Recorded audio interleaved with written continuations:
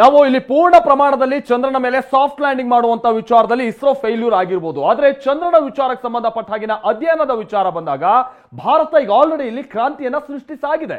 ಯಾಕಂದ್ರೆ ನಮ್ಮ ಜೊತೆಗಿರುವಂತಹ ವಿಜ್ಞಾನಿಗಳು ಕೂಡ ಅದನ್ನೇ ಹೇಳ್ತಾ ಇದ್ರು. ಚಂದ್ರನ ಬಳಿ ಹೋಗುವಂತ ನಿಟ್ಟಿನಲ್ಲಿ ಹಲವು ದೇಶಗಳು ಹತ್ತಾರು ಪ್ರಯತ್ನವನ್ನ ಮಾಡಿ ಫೇಲ್ಯೂರ್ ಮಾಡಿ ಆ ನಂತರದಲ್ಲಿ ಸಕ್ಸಸ್ ಆಗಿರುವಂತದ್ದು. ಆದ್ರೆ ಭಾರತ ತನ್ನ ಚಂದ್ರಯಾನ ಮೊದಲ ಅಭಿಯಾನದಲ್ಲೇ ಅಂದ್ರೆ 2008ರ ಸಂದರ್ಭದಲ್ಲೇ ಬಹಳ ಯಶಸ್ವಿಯಾಗಿ ಅದನ್ನ ಪೂರೈಸಿತ್ತು ಕೂಡ. ಸುಮಾರು 5 ದೇಶಗಳು ಭಾರತದೊಂದಿಗೆ ಆ ಸಂದರ್ಭದಲ್ಲಿ ಕೈ ಜೋಡಿಸಂತದ್ದು ಕೂಡ ಹೌದು. ಆಮೇಲೆ ಇನ್ನೊಂದು ವಿಚಾರ ಅಂತಂದ್ರೆ ಸುರಕ್ಷಿತ ಅನ್ನುವಂತ ಸ್ಥಳದಲ್ಲೇ 3 ದೇಶಗಳು ಲ್ಯಾಂಡಿಂಗ್ ಮಾಡಿರುವಂತದ್ದು. ಆದ್ರೆ ಭಾರತ ನಾನು ಮೊದಲೇ ಹೇಳಿದಾಗೆ ಅಂತ ಸ್ಥಳವನ್ನ ಆಯ್ಕೆ ಮಾಡ್ಕೊಂಡಿದ್ದಲ್ಲ. ಹೆಚ್ಚು ಹಳ್ಳಗಳಿಲ್ಲದ ಸಮಾನಾಂತರವಾದಂತಹ ನೆಲದಲ್ಲಿ ಇವರೆಲ್ಲ ಲ್ಯಾಂಡಿಂಗ್ ಮಾಡುವಂತ ಪ್ರಯತ್ನವನ್ನ ಮಾಡಿದ್ರು. ಆದ್ರೆ ಭಾರತ ಹಾಗಲ್ಲ.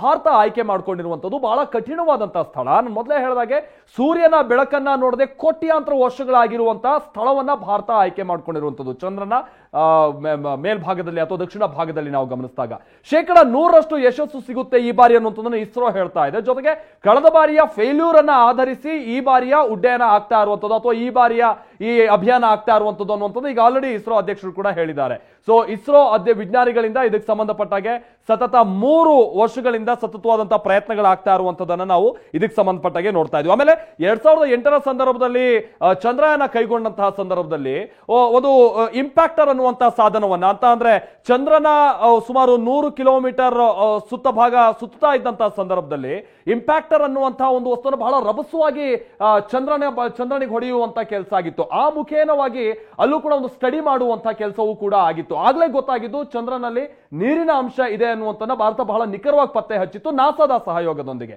ಹೀಗಾಗಿನೇ ಈ ಬಾರಿಯೂ ಕೂಡ ಅಂತಹದ್ದೇ ಮತ್ತೊಂದು ಮೈಲುಗಲ್ಲನ್ನ ಯಶಸ್ಸನ್ನ ಸಾಧಿಸ್ತೀವಿ. ಅದು ಸಾಫ್ಟ್ ಲ್ಯಾಂಡಿಂಗ್ ಮಾಡೋ ಮುಖೇನವಾಗಿನೇ.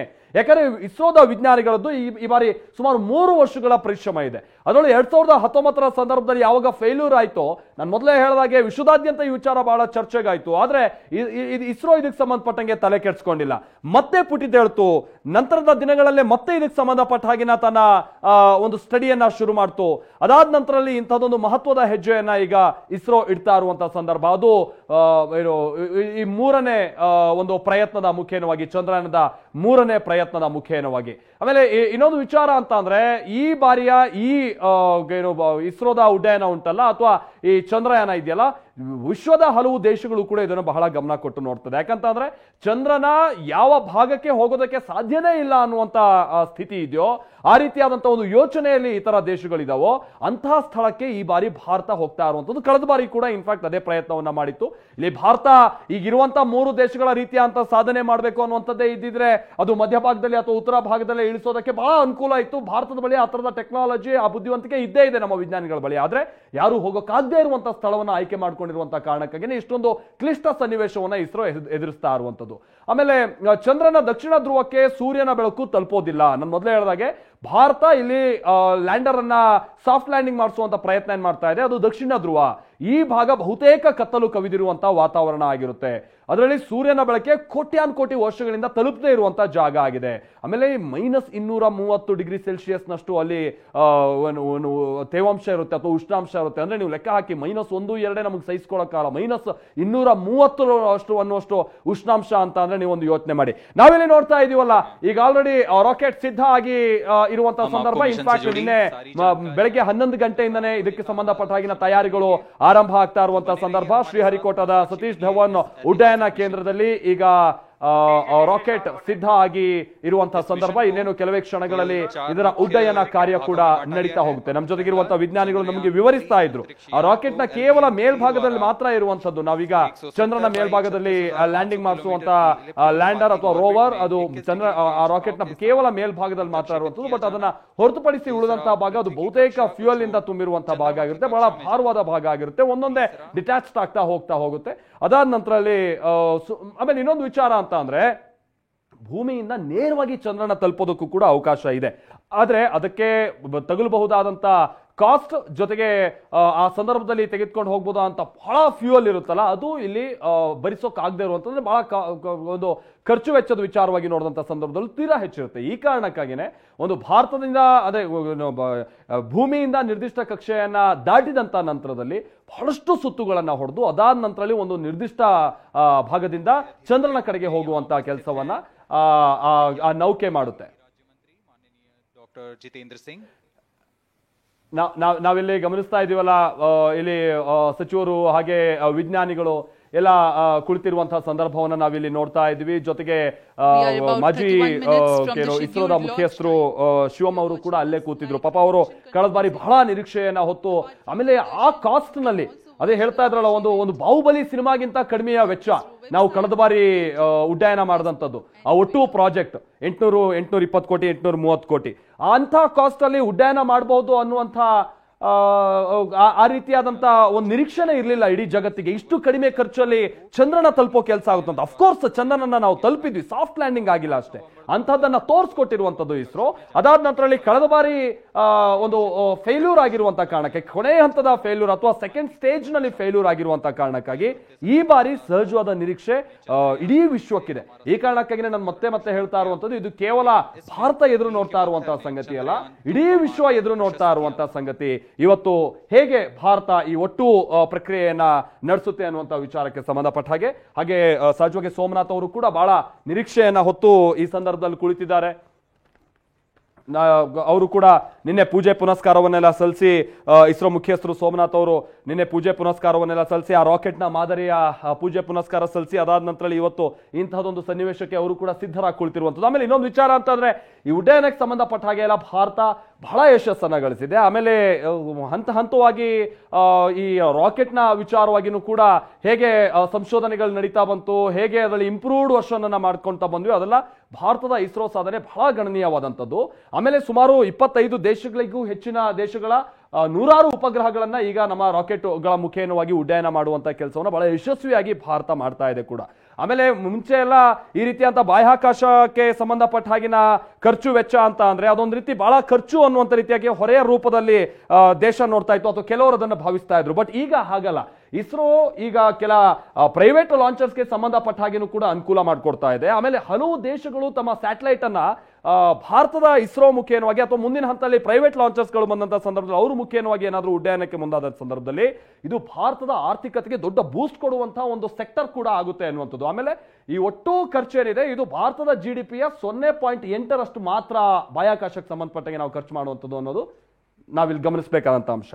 Okay thank you Malthesh. ಇನ್ನು ಶ್ರೀನಿವಾಸ್ ಅವರಾಗಿ ನೀವು ವಿಜ್ಞಾನಿಗಳಿದ್ದೀರಿ, ಪ್ರಮುಖವಾಗಿ ಈಗ ರಾಕೆಟ್ ರೆಡಿಯಾಗಿ ನಿಂತಿದೆ, ತಾವು ಎಕ್ಸ್ಪ್ಲೇನ್ ಮಾಡ್ಬೋದಾ ಹೇಗೆ ಯಾವ ರೀತಿ ಇದೆಲ್ಲವನ್ನು ಕೂಡ ಜೋಡಿಸಿಟ್ಟಿರ್ತಾರೆ, ಏನೇನಾಗಿರುತ್ತೆ ಅದರಲ್ಲಿ ಅಸೆಂಬ್ಲಿ ಪಾರ್ಟ್ ಒಂದು, ಅದ್ರ ಜೊತೆಗೆ ಅವ್ರು ಹೇಳಿದಾಗೆ ಪೇಲೋಡ್ ಪಾರ್ಟ್ ಒಂದು, ಇದ್ರ ಬಗ್ಗೆ ಸ್ವಲ್ಪ ವಿವರ ಕೊಡ್ಬೋದಾ, ಹೇಗೆ ಉಡಾವಣೆ ಮಾಡ್ತಾರೆ, ಏನಾಗುತ್ತೆ? ನಮ್ಮ ಇಸ್ರೋದು ಬೇರೆ ಬೇರೆ ಕೇಂದ್ರಗಳಿದೆ. ಬೆಂಗಳೂರಿನಲ್ಲಿರೋದು ಯುವರ್ ಸ್ಯಾಟಲೈಟ್ ಸೆಂಟರ್ ಅಂತ, ಅಲ್ಲಿ ಮೇನ್ ಸೆಂಟರ್, ಅಲ್ಲೇ ಸ್ಯಾಟಲೈಟ್ ನಮ್ಮ ಬೇರೆ ಬೇರೆ ಕಡೆಯಿಂದ ಎಲ್ಲ ಬೇರೆ ಬೇರೆ ಐಟಮ್ ಸ್ಯಾಟಲೈಟ್ ಏನು ಬೇಕು ಅದೆಲ್ಲ ಬರುತ್ತೆ.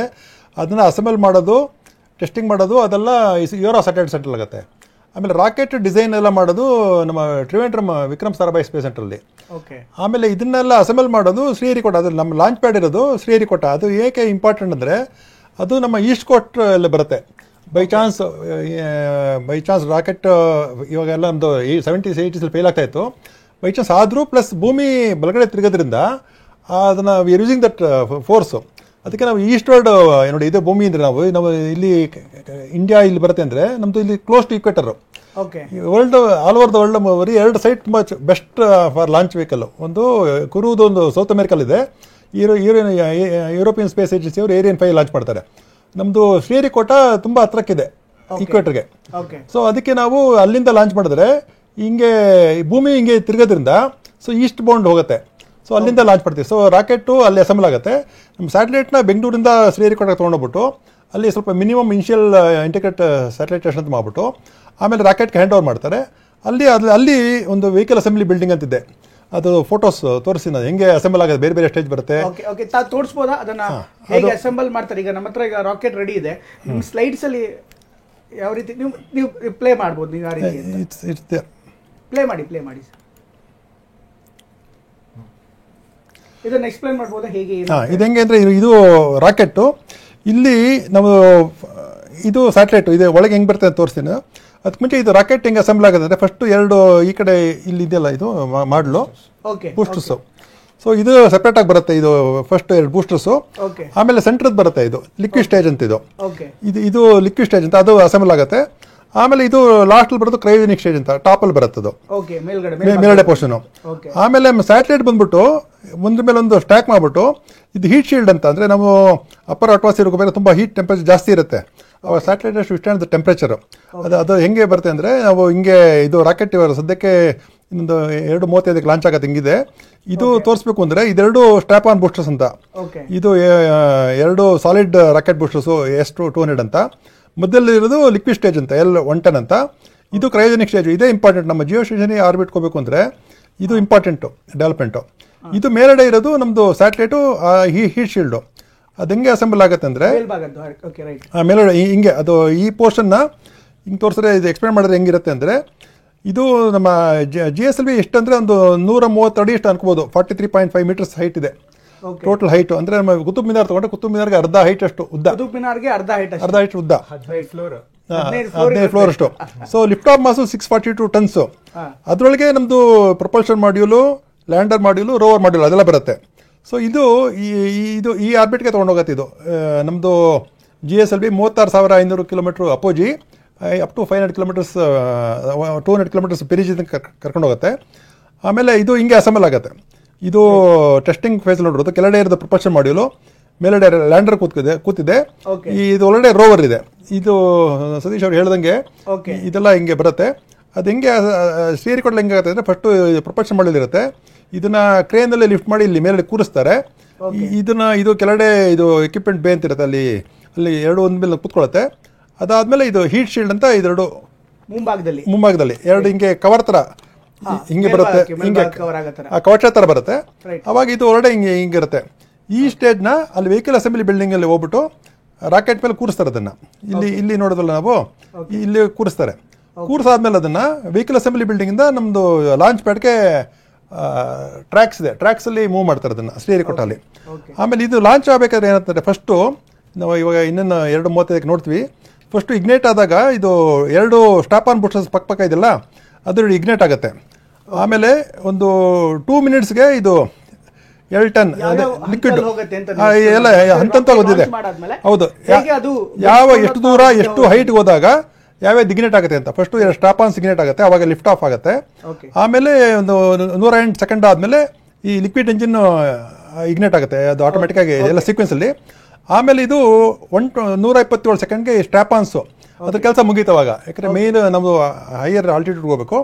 ಇದೆರಡು ರೆಟ್ರೋ ರಾಕೆಟ್ಸ್ ಅಂತ ಬರುತ್ತೆ, ಅದು ರಿವರ್ಸಲ್ ಡೈರೆಕ್ಷನ್ ಫೇರ್ ಆಗ್ಬಿಟ್ಟು ಇದೆರಡು ಬಿದ್ಬಿಟ್ಟು ಇದು ಹೋಗಿ ಸಮುದ್ರದ ಬೀಳುತ್ತೆ. ಆಮೇಲೆ ಇದು 2 ಟನ್ ಬರ್ನಿಂಗ್ ಫೇಸ್ ಅಂತ, ಇದು ಇಷ್ಟು ಫುಲ್ಲು ರನ್ ಆಗ್ತಾ ಇರುತ್ತೆ. ಆಮೇಲೆ 305 ಸೆಕೆಂಡ್ ಆದಾಗ ಇದು ಬರ್ನಿಂಗ್ ಸ್ಟಾಪ್ ಆಗ್ಬಿಟ್ಟು ಈ ಲಿಕ್ವಿಡ್ ಸ್ಟೇಜು ಬಿಟ್ಕೊಂಡ್ಬಿಡುತ್ತೆ. ಆ ಟೈಮಲ್ಲಿ ನಾವು ಗಂಟು ಅಪ್ಪರ್ ಅಟ್ಮಾಸ್ಫಿಯರ್, ಅವಾಗ ಹೀಟ್ ಇರಲ್ಲ. ಅವಾಗ ಈ solar panels heat shields open ಆಗುತ್ತೆ. ಅವಾಗ ನಮ್ಮ ಸೋಲಾರ್ ಪ್ಯಾನಲ್ ಪವರ್ ಜನರೇಟ್ ಆಗ್ತಾ ಇರುತ್ತೆ, ನೋಡ್ತಾ ಇರುತ್ತೆ. ಆಮೇಲೆ ಇದು C25 ಅಂತ ಕ್ರಯೋಜೆನಿಕ್, ಇದು L10 ಇದು ಸೆಪರೇಟ್ ಆಗುತ್ತೆ ಇಲ್ಲಿ 305 ಸೆಕೆಂಡ್ ಆದ್ಮೇಲೆ. ಆಮೇಲೆ C25 ಅಲ್ಲಿ ಇಗ್ನೇಟ್ ಆಗುತ್ತೆ. ಇಲ್ಲಿ ಕುತೂಹಲ ಏನು ಅಂದ್ರೆ ಈ ಚಂದ್ರನ ಮೇಲ್ಮೈ ಮೇಲೆ ಹೇಗೆ ಇದಾಗುತ್ತೆ ಅದು ಬರುತ್ತೆ. ಇಗ್ನೇಟ್ ಆದ್ಮೇಲೆ ಇದು ಫಸ್ಟ್ ಒಂದು ಇದು ಆರ್ಬಿಟ್ ಆಗ್ಬಿಡುತ್ತೆ.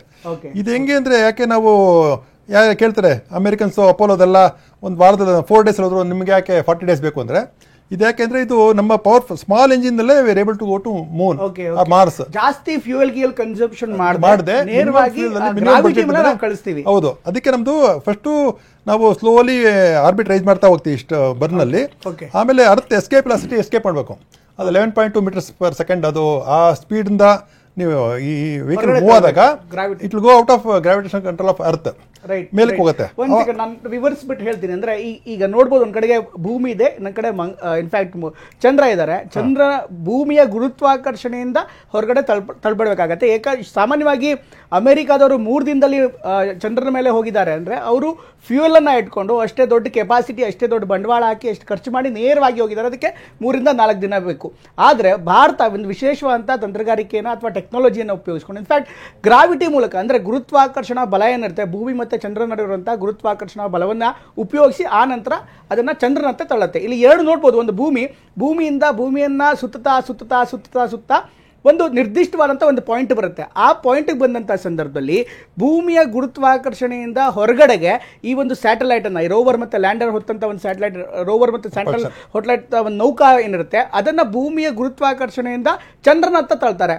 ಅದೇನಾಗತ್ತೆ, ಭೂಮಿಯ ಗುರುತ್ವಾಕರ್ಷಣೆಯಿಂದ ತಪ್ಪಿಸಿಕೊಂಡು, ಈ ಎಸ್ಕೇಪ್ ವೆಲಾಸಿಟಿ ಅಂತ ಏನು ಹೇಳ್ತೀವಿ, ಈ ಗುರುತ್ವಾಕರ್ಷಣೆಯನ್ನು ತಪ್ಪಿಸಿಕೊಂಡು ಚಂದ್ರನತ್ತ ಸಾಗದಂಥ ಸಂದರ್ಭದಲ್ಲಿ ಚಂದ್ರನ ಗುರುತ್ವಾಕರ್ಷಣೆಗೆ ಒಳಗಾಗತ್ತೆ.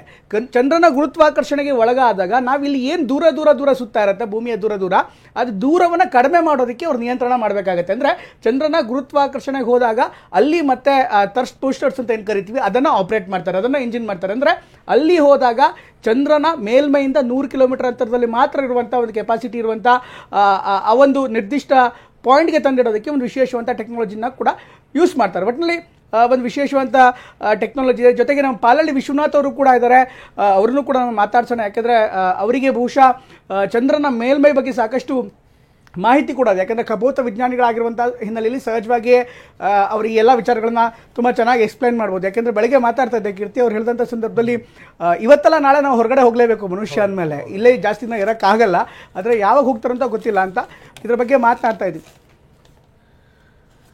ಇದ್ರ ಜೊತೆಗೆ ಫ್ರಾನ್ಸಿಂದ ಒಂದು ಸುದ್ದಿ ಕೂಡ ಬರ್ತಾ ಇದೆ. ಈಗ ಫ್ರಾನ್ಸ್ನಲ್ಲಿ ಒಂದು ವಿಶೇಷವಂತ ಜಂಟಿ ಸಮರಾಭ್ಯಾಸ ಸೇರಿದಂತೆ ಒಂದು ವಿಶೇಷವಂತ ಕಾರ್ಯಕ್ರಮ ಕೂಡ ಇದೆ.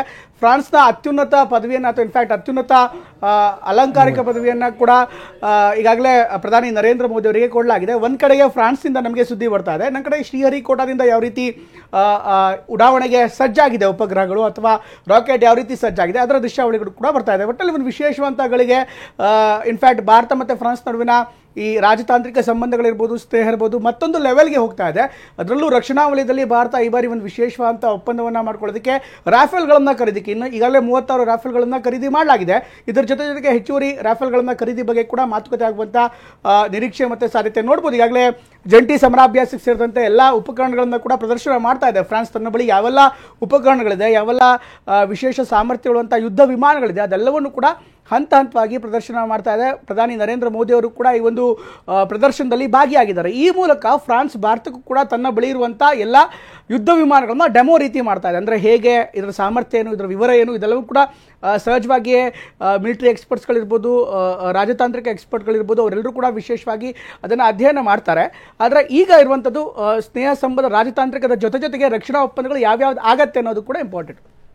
ಮತ್ತೊಂದು ವಿಶೇಷ ಅಂದರೆ ರಫೇಲ್ ಯುದ್ಧ ವಿಮಾನ ಕೂಡ ಇದರಲ್ಲಿದೆ. ಈಗಾಗಲೇ ಭಾರತ 36 ಯುದ್ಧ ವಿಮಾನಗಳನ್ನ ಖರೀದಿ ಮಾಡಿದೆ. ಈಗ ಅದೇ ಯುದ್ಧ ವಿಮಾನಗಳು ಅದರ ಪ್ರದರ್ಶನ ಕೂಡ ಮಾಡ್ತಾ ಇದೆ. ಒಟ್ಟಿನಲ್ಲಿ ಭಾರತದ ಪಾಲಿಗೆ ಹಾಗೆ ಫ್ರಾನ್ಸ್ನ ಪಾಲಿಗೆ ಈ ಒಂದು ಸ್ನೇಹವನ್ನು ಅಥವಾ ರಾಜತಾಂತ್ರಿಕ ಸಂಬಂಧವನ್ನು ನೆಕ್ಸ್ಟ್ ಲೆವೆಲ್ಗೆ ಕರೆದುಕೊಂಡು ಹೋಗುವಂಥ ನಿಟ್ಟಿನಲ್ಲಿ ಒಂದು ವಿಶೇಷವಾದಂಥ ಒಂದು ಹೆಜ್ಜೆ ಕೂಡ ಆಗಿದೆ. ಆದರೆ ಇದನ್ನು ಮುಂದಿನ ಹಂತದಲ್ಲಿ ಭಾರತ ಯಾವೆಲ್ಲ ಆಯಾಮಗಳಿಂದ ನೋಡುತ್ತೆ ಅನ್ನುವಂಥದ್ದು, ಸಾಮಾನ್ಯವಾಗಿ ನಮ್ಮ ರಾಜತಾಂತ್ರಿಕ ವಿಚಾರಗಳಿರ್ಬೋದು ಅಥವಾ ನಮ್ಮ ಮಿಲಿಟರಿ ಸ್ಟ್ರಾಟಜಿ ಏನಂತೆ ಪಾಕಿಸ್ತಾನ್ ಬೇಸ್ಡ್ ಆಗಿರುತ್ತೆ. ಪಾಕಿಸ್ತಾನ ಏನು ಮಾಡುತ್ತೆ ಅದಕ್ಕೆ ಕೌಂಟರ್ ಆಗಿ ನಾವು ಮಾಡ್ತಾ ಇದ್ವಿ. ಆದರೆ ಈಗ ಬಹುಶಃ ಭಾರತದ ಡೈನಮಿಕ್ಸ್ ಏನಿದೆ, ಮಿಲಿಟರಿ ಡೈನಮಿಕ್ಸ್ ಏನಿದೆ ಅದು ಚೀನಾ ಬೇಸ್ಡ್ ಆಗಿರ್ಬೋದು ಅಥವಾ ಗ್ಲೋಬಲ್ ಬೇಸ್ಡ್ ಆಗಿ, ಇನ್ಫ್ಯಾಕ್ಟ್ ಚೀನಾದ ಥ್ರೆಟ್ ಅನ್ನು ಮುಂದಿಟ್ಟುಕೊಂಡು ನಮ್ಮ ರಾಜತಾಂತ್ರಿಕ ವಿಚಾರಗಳಿರ್ಬೋದು ಹಾಗೆ ರಕ್ಷಣಾತ್ಮಕ ವಿಚಾರಗಳನ್ನಿರ್ಬೋದು ಇದೆಲ್ಲವನ್ನೂ ಕೂಡ ಈ ಸ್ಟ್ರಾಟಜಿಯನ್ನು ಬದಲಾಯಿಸಿ ಒಂದು ವಿಶೇಷವಾದಂಥ ಹೆಜ್ಜೆಯನ್ನು ಭಾರತ ಇರ್ತಾ ಇದೆ. ಹೀಗಾಗಿ ಭಾರತದ ಪಾಲಿಗೆ ಫ್ರಾನ್ಸ್ ಅತ್ಯಂತ ದೊಡ್ಡ ಸ್ನೇಹಿತನಾಗಿ ಹೊರಹೊಮ್ಮತ್ತೆ. ಈ ಸ್ನೇಹವನ್ನು ರಾಜತಾಂತ್ರಿಕದ ಜೊತೆಗೆ ರಕ್ಷಣಾ ವಿಚಾರದಲ್ಲೂ ಹೇಗೆ ಬಲಪಡಿಸೋದಕ್ಕೆ ಸಾಧ್ಯ ಅದೆಲ್ಲವನ್ನು ಕೂಡ ಮಾಡ್ತಾರೆ. ಜೊತೆಗೆ ಬಾಹ್ಯಾಕಾಶವನ್ನು ಕೂಡ ಗಮನದಲ್ಲಿ ಇಟ್ಕೊಂಡು ನೋಡ್ಬೋದು. ನನ್ನ ಕಡೆ ಶ್ರೀಹರಿಕೋಟಾದಲ್ಲಿ ಈಗಾಗಲೇ ಉಡಾವಣೆಗೆ ಸಜ್ಜಾಗಿ ನಿಂತಿದೆ. ಚಂದ್ರಯಾನ 3ಕ್ಕೆ ಒಂದು ಯೋಜನೆ ಏನಿದೆ, ಆ ಚಂದ್ರಯಾನ 3ರ ಯೋಜನೆ ಉಡಾವಣೆ ಮಾಡೋದಕ್ಕೆ ಎಲ್ಲ ಸಕಲ ಸಿದ್ಧತೆಗಳನ್ನು ಮಾಡಿಕೊಳ್ಳಲಾಗಿದೆ. ಈ ಬಾರಿ ಒಂದು ಯಶಸ್ಸು ಏನಿದೆ, ಚಂದ್ರಯಾನದ ಯಶಸ್ಸು ಸಹಜವಾಗಿ ಅದು ಭಾರತಕ್ಕೂ ಕೂಡ ಒಂದು ವಿಶೇಷವಂತ ಹೆಮ್ಮೆಗಳನ್ನು ಅಥವಾ ಗರಿಮೆಗಳನ್ನು ಖಂಡಿತವಾಗ್ಲೂ ತೆಗೆದುಕೊಳ್ಳುತ್ತೆ. ಆದರೆ ಇದನ್ನು ಮುಂದಿನ ಲೆವೆಲ್ಗೆ ಜಾಗತಿಕ ಮಟ್ಟದಲ್ಲಿ ಭಾರತದ ಸ್ಥಾನಮಾನಗಳಿರ್ಬೋದು, ಬಾಹ್ಯಾಕಾಶ ಇರ್ಬೋದು, ಟೆಕ್ನಾಲಜಿ ಇರ್ಬೋದು, ವಿಜ್ಞಾನ ಇರ್ಬೋದು, ಇದೆಲ್ಲವನ್ನು ಕೂಡ ಇನ್ನಿತರ ದೇಶಗಳ ಜೊತೆಗೆ ನಾವು ಆ ಸಂಬಂಧ ಬೆಳೆಸಲು ಸಾಕಷ್ಟು ಹೆಲ್ಪ್ ಆಗುತ್ತೆ.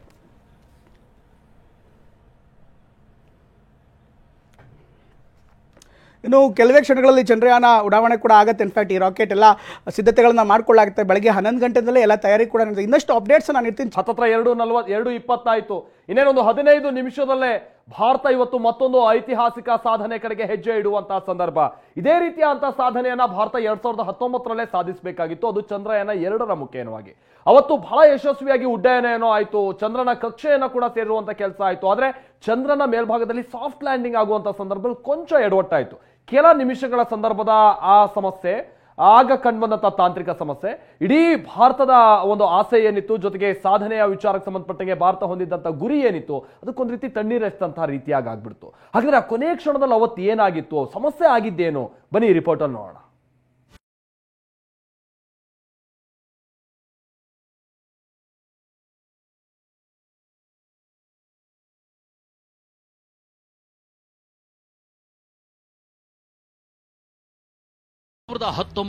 ಸೆಪ್ಟೆಂಬರ್ನಲ್ಲೂ ಥೇಟ್ ಇದೇ ನಡಿಬೇಕಿತ್ತು. ಆದ್ರೆ ಲ್ಯಾಂಡರ್ ಗಗನ ನೌಕೆಯಿಂದ ಬೇರ್ಪಟ್ಟು ಚಂದ್ರನ ಮೇಲೆ ಇಳಿಯುವಾಗ ತಾಂತ್ರಿಕ ಸಮಸ್ಯೆ ಎದುರಾಗಿತ್ತು. ವಿಕ್ರಮ್ ಲ್ಯಾಂಡರ್ ಚಂದ್ರನ ಮೇಲೆ ಯಶಸ್ವಿಯಾಗಿ ಇಳಿಯಲು ವಿಫಲವಾಗಿತ್ತು. ವಿಕ್ರಮ್ ಲ್ಯಾಂಡರ್ನಲ್ಲಿ 5 ಥ್ರಸ್ಟರ್ ಅಥವಾ ಇಂಜಿನ್ಗಳಿದ್ವು. ಇದರ ಸಹಾಯದಿಂದ ಸಾಗ್ತಿದ್ದ ವಿಕ್ರಮ್ ಲ್ಯಾಂಡರ್ಗೆ ಸ್ಮೂತ್ ಆಗಿ ಚಂದ್ರನ ಅಂಗಳದಲ್ಲಿ ಲ್ಯಾಂಡ್ ಆಗಲು ಸಾಧ್ಯವಾಗಿರಲಿಲ್ಲ. ಸ್ಮೂತ್ ಆಗಿ ಲ್ಯಾಂಡ್ ಆಗೋದಕ್ಕೆ ಅಗತ್ಯವಿದ್ದಷ್ಟು ವೇಗವನ್ನ ಕಡಿಮೆ ಮಾಡಿಕೊಳ್ಳಲು ಲ್ಯಾಂಡರ್ಗೆ ಸಾಧ್ಯವಾಗಿರಲಿಲ್ಲ. ವಿಕ್ರಮ್ ಲ್ಯಾಂಡರ್ 4 ಹಂತಗಳಲ್ಲಿ ತನ್ನ ವೇಗವನ್ನ 0ಗೆ ಇಳಿಸಿಕೊಳ್ಬೇಕಿತ್ತು. ಆದರೆ ವೇಗ ಕಡಿಮೆಯಾಗಿರಲಿಲ್ಲ. ಅಗತ್ಯಕ್ಕೆ ತಕ್ಕಷ್ಟು ಬ್ರೇಕ್ ಹಾಕಲು ಸಾಧ್ಯವಾಗಿರಲಿಲ್ಲ. ವಿಕ್ರಮ್ ಲ್ಯಾಂಡರ್ನ ವೇಗವನ್ನ ಕಡಿಮೆಗೊಳಿಸಬೇಕು ಅಂದ್ರೆ ಒಂದು ನಿರ್ಣಾಯಕ ಸಾಫ್ಟ್ವೇರ್ ಕೈ ಕೊಟ್ಟಿತ್ತು. ಹೀಗಾಗಿ ವಿಕ್ರಮ್ ಲ್ಯಾಂಡರ್ ತನ್ನ ಪಥದಿಂದ 55 ಡಿಗ್ರಿ ಬದಲು 410 ಡಿಗ್ರಿ ಬಾಗಿತ್ತು. ತಾನು ಚಂದ್ರನ ಮೇಲೆ ಇಳಿಬೇಕಿದ್ದ ಜಾಗ ಕೇವಲ 400 ಮೀಟರ್ ದೂರ ಇದ್ದಾಗಲೇ ಸಂಪರ್ಕ ಕಡಿದುಕೊಂಡಿತ್ತು. ಅಂದ್ರೆ ವಿಕ್ರಮ್ ಲ್ಯಾಂಡರ್ ಚಂದ್ರನ ಅಂಗಳಕ್ಕಪ್ಪಳಿಸಿ ನಾಶವಾಗಿತ್ತು. ಅದರಲ್ಲಿ ಸಾಫ್ಟ್ವೇರ್ನಲ್ಲಿ ಒಂದು ಸ್ವಲ್ಪ ಪ್ರಾಬ್ಲಮ್ ಇತ್ತು. ಏನಂದರೆ, ಒಂದು ನಿಖರವಾದ ಜಾಗದಲ್ಲಿ ಅದನ್ನು ಇಳಿಸಬೇಕಾಗಿತ್ತು 500 ಮೀಟರ್ ಬೈ 500 ಮೀಟರ್ನಲ್ಲಿ. ಆಗ ಅದು ಎಷ್ಟು ವೇಗ ಇರಬೇಕು, ಎಷ್ಟಿದಿರಬೇಕು ಅಂತ ಎಲ್ಲ ಸಾಫ್ಟ್ವೇರ್ನಲ್ಲಿ ಮಾಡಿದರು. ಆದರೆ ಅದು ಏನು ಪ್ಯಾರಾಮೀಟರ್ಸ್ಗಳನ್ನ ಮೆಜರ್ ಮಾಡ್ತಾಯಿತ್ತು, ಅದರಿಂದ ಸ್ವಲ್ಪ ಜಾಸ್ತಿ ದೂರದಲ್ಲಿದ್ದರಿಂದ ಒಂದು ಕಡೆಯಿಂದ ಅದರ ವೇಗ ಜಾಸ್ತಿ ಮಾಡಿಕೊಂಡು ಅದರ ನಿಖರವಾದ ಜಾಗಕ್ಕೆ ಹೋಗಬೇಕಿತ್ತು.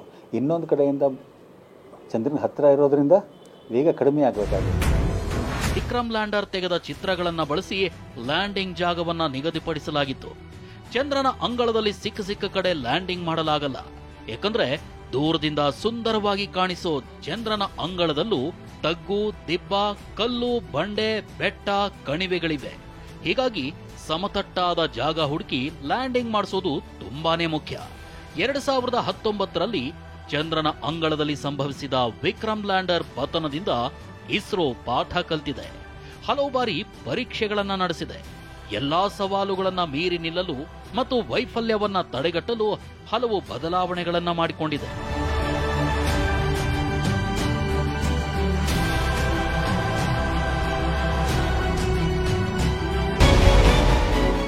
ಈ ಬಾರಿ ವಿಕ್ರಮ್ ಲ್ಯಾಂಡರ್ ಅನ್ನ ಚಂದ್ರನ ಮೇಲೆ ಸುರಕ್ಷಿತವಾಗಿ ಇಳಿಸಲು ವಿಕ್ರಮ್ ಲ್ಯಾಂಡರ್ನಲ್ಲಿ ಹಲವು ಬದಲಾವಣೆಗಳನ್ನ ಮಾಡಿಕೊಳ್ಳಲಾಗಿದೆ. ತೂಕವನ್ನ ನಿರ್ವಹಿಸಲು ಲ್ಯಾಂಡರ್ನ 5ನೇ ಇಂಜಿನ್ ತೆಗೆಯಲಾಗಿದೆ. ಲ್ಯಾಂಡರ್ನ 4 ಕಾಲುಗಳನ್ನ ಮತ್ತಷ್ಟು ಬಲಪಡಿಸಲಾಗಿದೆ. ಲ್ಯಾಂಡರ್ನ ವೇಗದ ಮಿತಿಯನ್ನ ಪ್ರತಿ ಸೆಕೆಂಡ್ಗೆ 2 ಮೀಟರ್ನಿಂದ 3 ಮೀಟರ್ ಏರಿಸಲಾಗಿದೆ. ಲ್ಯಾಂಡರ್ಗೆ ಹೆಚ್ಚುವರಿ ಸೆನ್ಸಾರ್ ಅಳವಡಿಸಲಾಗಿದೆ. ಹೆಚ್ಚುವರಿ ಇಂಧನ, ಹೆಚ್ಚುವರಿ ಸೌರ ಫಲಕಗಳನ್ನು ಅಳವಡಿಸಲಾಗಿದೆ. ಹೆಚ್ಚುವರಿ ಟ್ರ್ಯಾಕಿಂಗ್, ದೂರಮಾಪನ ಮತ್ತು ಕಮಾಂಡ್ ಆಂಟನಾಗಳನ್ನು ಫಿಕ್ಸ್ ಮಾಡಲಾಗಿದೆ. ವಿಕ್ರಮ್ ಲ್ಯಾಂಡರ್ ಚಂದ್ರನ ಮೇಲೆ ಇಳಿಯುವ ಜಾಗವನ್ನು ವಿಸ್ತರಿಸಲಾಗಿದೆ. ಚಂದ್ರಯಾನ 2 ಯೋಜನೆಯಲ್ಲಿ ವಿಕ್ರಮ್ ಲ್ಯಾಂಡರ್ಗೆ ಚಂದ್ರನ ಮೇಲೆ ಇಳಿಯಲು ಕೇವಲ 500 ಮೀಟರ್ ಉದ್ದ, 500 ಮೀಟರ್ ಅಗಲದ ಜಾಗವನ್ನ ನಿಗದಿಪಡಿಸಲಾಗಿತ್ತು. ಆದರೆ ಚಂದ್ರಯಾನ 3 ಯೋಜನೆಯಲ್ಲಿ ಲ್ಯಾಂಡಿಂಗ್ ಆಗಿ 4 ಕಿಲೋಮೀಟರ್ ಉದ್ದ ಮತ್ತು 2.5 ಮೀಟರ್ ಅಗಲದ ಜಾಗವನ್ನ ಫಿಕ್ಸ್ ಮಾಡಲಾಗಿದೆ. ಚಂದ್ರಯಾನ 3ಕ್ಕಾಗಿ ಸುಧಾರಿತ ಸಾಫ್ಟ್ವೇರ್ ಬಳಕೆ ಮಾಡಲಾಗ್ತಿದೆ. ವಿಕ್ರಮ್ ಲ್ಯಾಂಡರ್ನ ಥ್ರಸ್ಟ್ಗಳ ಶಕ್ತಿ ಬಿಡುಗಡೆಯಲ್ಲಿ ದೋಷ ಉಂಟಾದ್ರೆ ಆ ದೋಷವನ್ನ ತಕ್ಷಣವೇ ತಿದ್ದುಪಡಿ ಮಾಡಲು ಸಾಫ್ಟ್ವೇರ್ ಅನ್ನ ಸುಧಾರಿಸಲಾಗಿದೆ. ಒಂದು 4 ಕಿಲೋಮೀಟರ್ ಬೈ 2.5 ಕಿಲೋಮೀಟರ್ ಅಷ್ಟು ಜಾಗ ಕೊಟ್ಟಿದ್ದಾರೆ. ಹಾಗಾಗಿ ಏನಾದರೂ ಅದು ಹತ್ತಿರ ಅದು ಆ ಒಂದು ನಿರ್ದಿಷ್ಟ ಜಾಗಕ್ಕೆ ಹೋಗೋ ತೊಂದರೆ ಆದ್ರೂ ಕೂಡ ಅದು ಜಾಸ್ತಿ ಏರಿಯಾ ಕೊಟ್ಟಿರೋದ್ರಿಂದ ಅಲ್ಲಿ ಸೂಕ್ತವಾಗಿ ಯಾವ ಜಾಗ ಇದೆ ಅಂತ ನೋಡಿ ಅಲ್ಲಿ ಇಳಿಯುವಂಥ ಒಂದು ವ್ಯವಸ್ಥೆ ಮಾಡಿದ್ದಾರೆ. ಅದೇ ರೀತಿ ಬೇರೆ ಬೇರೆ ಅವ್ರ ತೊಂದರೆಗಳೇನಿದೆ ಅದಕ್ಕೂ ಕೂಡ ಎಲ್ಲ ಅವರು ವ್ಯವಸ್ಥೆ ಮಾಡಿ ಈ ಎಲ್ಲಾ ಸಿದ್ಧತೆಗಳನ್ನ ಮಾಡಿಕೊಂಡಿರೋ ಇಸ್ರೋ ಚಂದ್ರನ ದಕ್ಷಿಣ ಧ್ರುವದ ಮೇಲೆ ವಿಕ್ರಮ್ ಲ್ಯಾಂಡರ್ ಅನ್ನ ಇಳಿಸಲು ಸಜ್ಜಾಗಿದೆ. ಈ ಯೋಜನೆ ಯಶಸ್ವಿಯಾಗಿ ಬಿಟ್ರೆ ದೊಡ್ಡ ದೊಡ್ಡ ಬದಲಾವಣೆಗಳೇ ಸಂಭವಿಸುತ್ತವೆ. ಜಪಾನ್, ಇಸ್ರೇಲ್ನಿಂದ ವಿಫಲವಾದ ಸಾಹಸವನ್ನ ಸಾಧಿಸುತ್ತಾ ಭಾರತ 2019ರಲ್ಲಿ ಇಸ್ರೇಲ್ನ ಲ್ಯಾಂಡರ್ ಕೊನೆ ಕ್ಷಣದಲ್ಲಿ ಚಂದ್ರನ ಮೇಲೆ ಪತನವಾಗಿತ್ತು. 2022ರಲ್ಲಿ ಲ್ಯಾಂಡರ್ ಮತ್ತು ರೋವರ್ ಹೊತ್ತು ಸಾಗ್ತಿದ್ದ ಜಪಾನ್ನ ನೌಕೆ ವಿಫಲವಾಗಿತ್ತು. ಇದೀಗ ಆಗಸ್ಟ್ 22 ಅಥವಾ 23ರಂದು ಭಾರತದ ವಿಕ್ರಮ್ ಲ್ಯಾಂಡರ್ ಚಂದ್ರನ ಮೇಲೆ ಸುರಕ್ಷಿತವಾಗಿ ಇಳಿದು ಬಿಟ್ರೆ ಭಾರತ ಜಪಾನ್ ಮತ್ತು ಇಸ್ರೇಲ್ಗೆ ಸಾಧ್ಯವಾಗದ ಸಾಧನೆ ಮಾಡಲಿದೆ. ಚಂದ್ರನ ಅಂಗಳ ಮುಟ್ಟಿದ ಜಗತ್ತಿನ 4ನೇ ದೇಶ ಅನ್ನುವ ಖ್ಯಾತಿಗೆ ಪಾತ್ರವಾಗಲಿದೆ. ಈಗಾಗಲೇ ಅಮೆರಿಕ, ರಷ್ಯಾ ಮತ್ತು ಚೀನಾ ಚಂದ್ರನ ಮೇಲೆ ತಮ್ಮ ಲ್ಯಾಂಡರ್ಗಳನ್ನ ಇಳಿಸಿ ಯಶಸ್ವಿಯಾಗಿವೆ. ಭಾರತದ ವಿಕ್ರಮ್ ಲ್ಯಾಂಡರ್ ಚಂದ್ರನ ಅಂಗಳದಲ್ಲಿಳಿದ ಬಳಿಕ ಪ್ರಜ್ಞಾನ್ ಹೆಸರಿನ ರೋವರ್ ಹೊರಗಡೆ ಬರುತ್ತೆ. ಇದು ಚಂದ್ರನ ಮೇಲೆ 14 ದಿನ ಸಕ್ರಿಯವಾಗಿರುತ್ತೆ. ಚಂದ್ರನ ಮಣ್ಣಿನಲ್ಲಿನ ರಾಸಾಯನಿಕ ಮತ್ತು ಖನಿಜ ವಸ್ತುಗಳ ಬಗ್ಗೆ ಪ್ರಯೋಗ ನಡೆಸಲಿದೆ. ಚಂದ್ರನಲ್ಲಿ ದಿನ ಮುಗಿದು ರಾತ್ರಿ ಬರ್ತಲೇ ರೋವರ್ ನಿಷ್ಕ್ರಿಯವಾಗಲಿದೆ. ಈ ಯೋಜನೆ ಯಶಸ್ವಿಯಾದ್ರೆ ಭಾರತ ಮುಂದಿನ ದಿನಗಳಲ್ಲಿ ಚಂದ್ರನ ಕಲ್ಲುಗಳನ್ನ ಭೂಮಿಗೆ ತರೋ ಸಾಹಸ ಮಾಡಲಿದೆ. ಭವಿಷ್ಯದಲ್ಲಿ ಚಂದ್ರಲೋಕಕ್ಕೆ ಗಗನಯಾತ್ರಿಗಳನ್ನು ಕಳಿಸೋ ಗುರಿಯೂ ಇಸ್ರೋಗಿದೆ. ಈ ಕುರಿತು ಇಸ್ರೋ ಚೇರ್ಮನ್ ಸೋಮನಾಥ್ ಮಾತನಾಡಿದ್ದಾರೆ. ತಂತ್ರಜ್ಞಾನ ಮುಂದುವರೆದ್ರೆ ಜನರನ್ನ ವಾಣಿಜ್ಯ ಉದ್ದೇಶಕ್ಕೆ ಅಂದ್ರೆ ಪ್ರವಾಸಕ್ಕಾಗಿ ಚಂದ್ರಲೋಕಕ್ಕೆ ಕಳಿಸುವ ಹೆಗ್ಗುರಿಯೂ ಭಾರತಕ್ಕಿದೆ.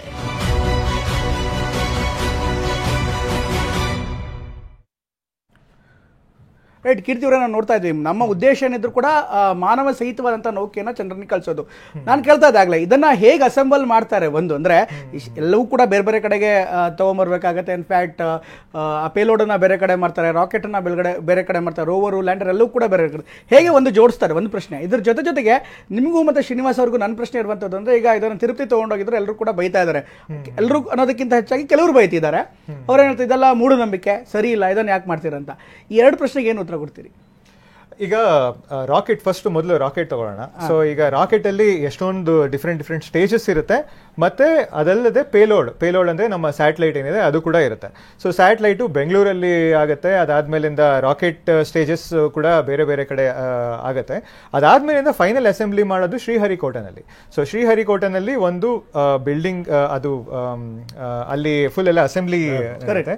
ಸೊ ಅಸೆಂಬ್ಲಿ ನಡೆದ್ಮೇಲಿಂದ ಇದು ನಾನು ಆಗ್ಲೇ ಹೇಳ್ದಂಗೆ 15 ಫ್ಲೋರ್ ಎತ್ತರ ಇರುತ್ತೆ. ಸೊ ಇದನ್ನ ಅಲ್ಲಿಂದ ಲಾಂಚ್ ಪ್ಯಾಡ್ಗೆ I think 2 kilometre 1.5 kilometre minute mistake ಆದ್ರೂ ಮತ್ತೆ ಸಮಸ್ಯೆ. ಹೌದು. ಸೊ ಅದನ್ನ ತಗೊಂಡು ಹೋಗ್ಬೇಕಾದ್ರೆ ಬಿದೋಯ್ತು ಅಂದ್ರೆ ಗಾನ್ ಕೇಸ್ ಅಷ್ಟೇನೆ. ಇಷ್ಟು 600 ಕೋಟಿ 700 ಕೋಟಿ ಗಾನ್ ಕೇಸ್. ಸೊ ಹಾಗಾಗಿ ಅದಕ್ಕೋಸ್ಕರ ಅದಕ್ಕೋಸ್ಕರ ಒಂದು ರನ್ವೇ ಇದೆ. ಅದರಲ್ಲಿ ಒಂದು ಇದು ಟ್ರಾನ್ಸ್ಪೋರ್ಟ್ ವೆಹಿಕಲ್ ಇದು ಹೇಗೆ ಅಂದ್ರೆ ಮುಂಚೆ ಇದು 2 ಡಿಫ್ರೆನ್ಸ್ ಇದೆ. ಒಂದು PSLV ಎಲ್ಲಿ ಮಾಡ್ತಿದ್ವಿ ಅಂದ್ರೆ ನಾವು ಇನ್ಸಿಟು ಲಾಂಚ್ ಅಸೆಂಬಲ್ ಮಾಡ್ತಾ ಇದ್ವಿ. ಅಂದರೆ ಒಂದೇ ಜಾಗದಲ್ಲಿ ಇದ್ಬಿಟ್ಟು first stage, second stage, third stage, fourth stage ಮಾಡ್ಬಿಟ್ಟು ಕೊನೆಗೆ ಸ್ಯಾಟಲೈಟ್ ಹೊತ್ಕೊಳ್ಳೋದು. ಆಮೇಲೆ ಒಂದು ಗ್ಯಾಂಟ್ರಿ ಅಂತ ಇರೋದು, ಆ ಗ್ಯಾಂಟ್ರಿನ ಮೂವ್ ಮಾಡ್ತಾ ಇದ್ವಿ. ಅದು ನಮ್ಮದು ಏರಿಯನ್ 3 ಸ್ಕೀಮ್. ಅದು ನಾವು ಬೇರೆ GSLV ಬಂದಾಗ ಏನು ಮಾಡಿದ್ವಿ, ನಾವು ಫುಲ್ ಪ್ರೊಟೆಕ್ಟ್ ಆಗಿರೋದು ವೆಹಿಕಲ್ ಅಸೆಂಬ್ಲಿ ಬಿಲ್ಡಿಂಗ್ ಅಂತ ಬರುತ್ತೆ.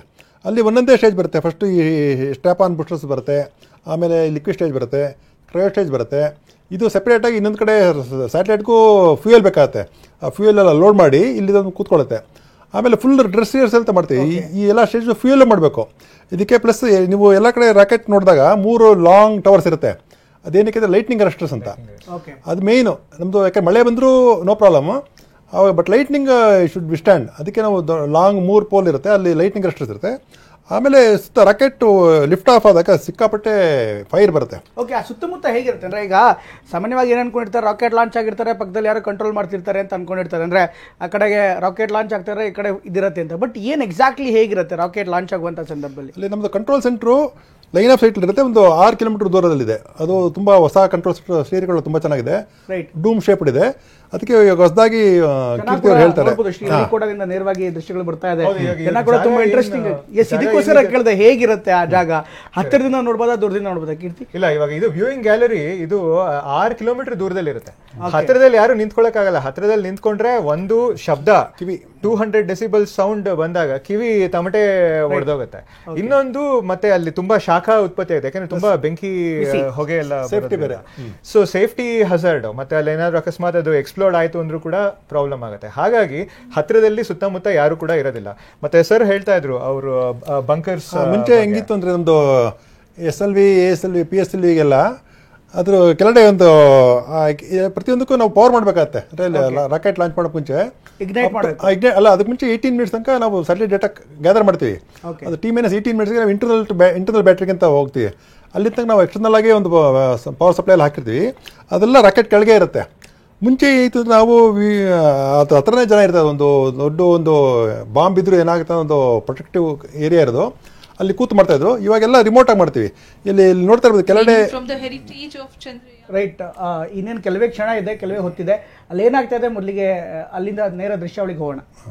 Through extensive ground tests and simulation. Onboard computer in flight mode.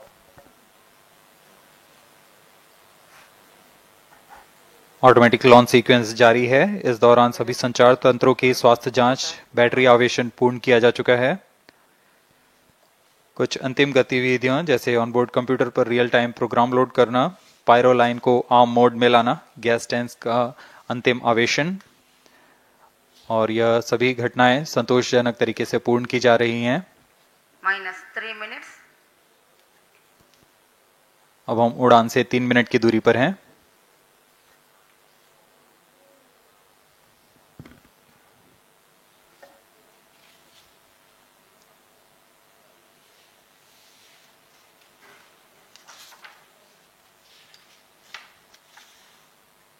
Promotion तथा इस प्रमोशन की घटनाक्रम को पहले ही बताया जा चुका है. सर्वप्रथम दोनों S-200 स्ट्रैप-ऑन बूस्टर प्रज्वलित किए जाएंगे T0 पर.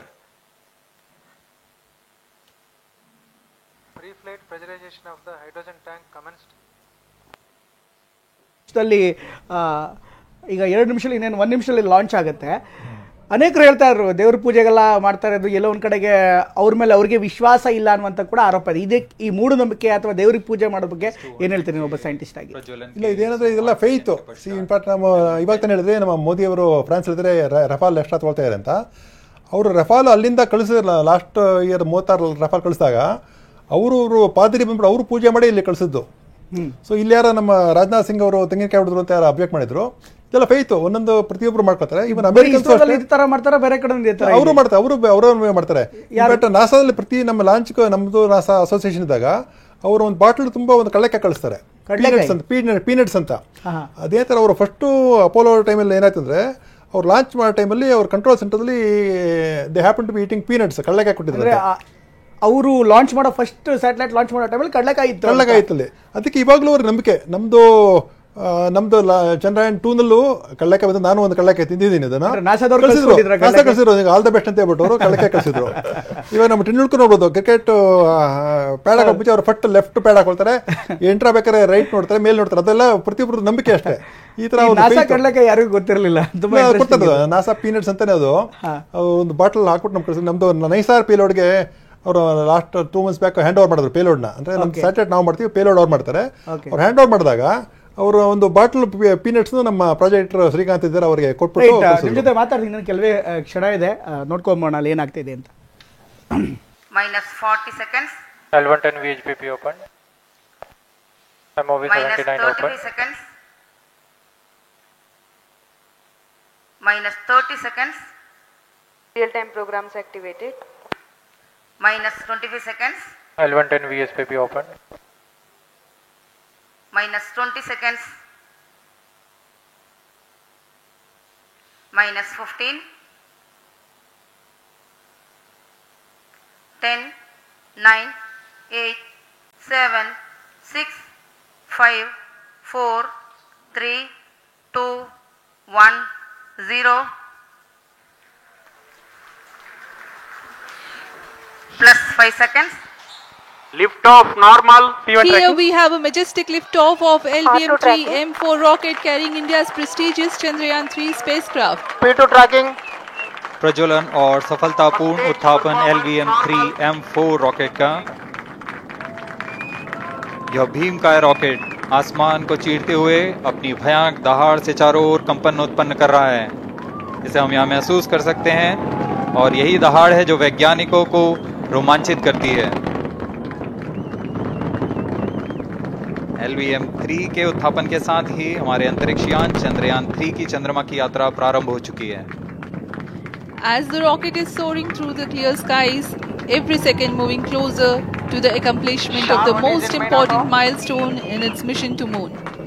Every Indian witnessing the launch live is content with the feeling of watching history in the making.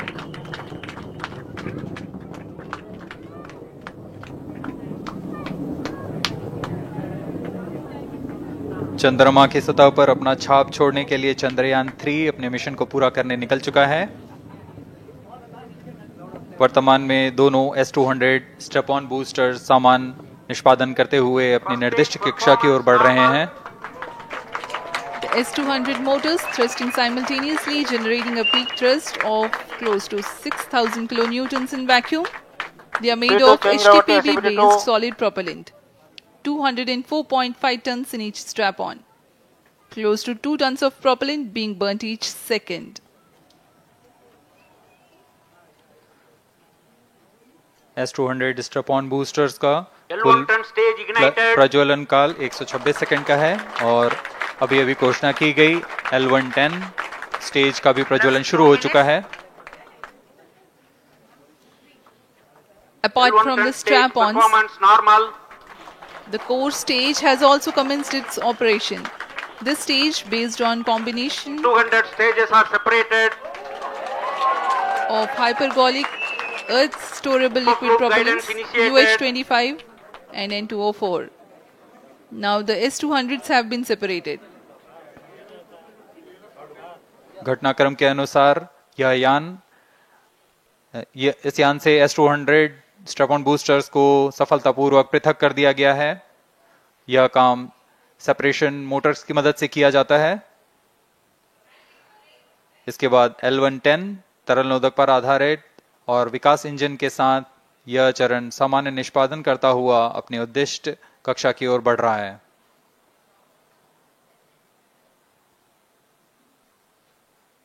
अभियान क्लोज लूप गाइडेंस के अंतर्गत है। L110 stage performance normal.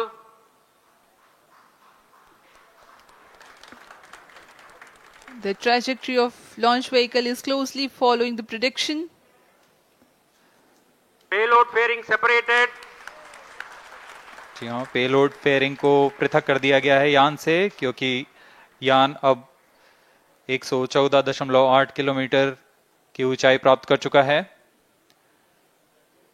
इस चरण का कुल प्रज्वलन काल 200 सेकेंड होता है और इस दौरान यह करीब 1600 किलो न्यूटन का प्रणोद उत्पन्न करता है। We are 220 seconds past the launch time. Current altitude is 135 kilometers. In the 200 seconds of its operation, the L110 stage carries the rocket up to 175.5 kilometers altitude and imparts a relative velocity of 4.18 kilometers per second, that is 250 kilometers every minute. L110 stage performance normal. LVM-3 M4 rocket का द्वितीय चरण पूर्णतः सामान्य निष्पादन करते हुए इस चरण में कुल 113 टन के तरल नोदक भरे जाते हैं।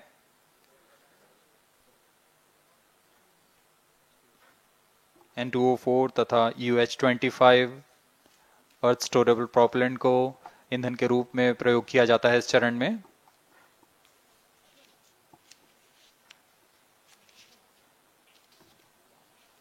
Stage ignition is authorized. अगला चरण C-25 का प्रज्वलन भावी है। Plus 5 minutes.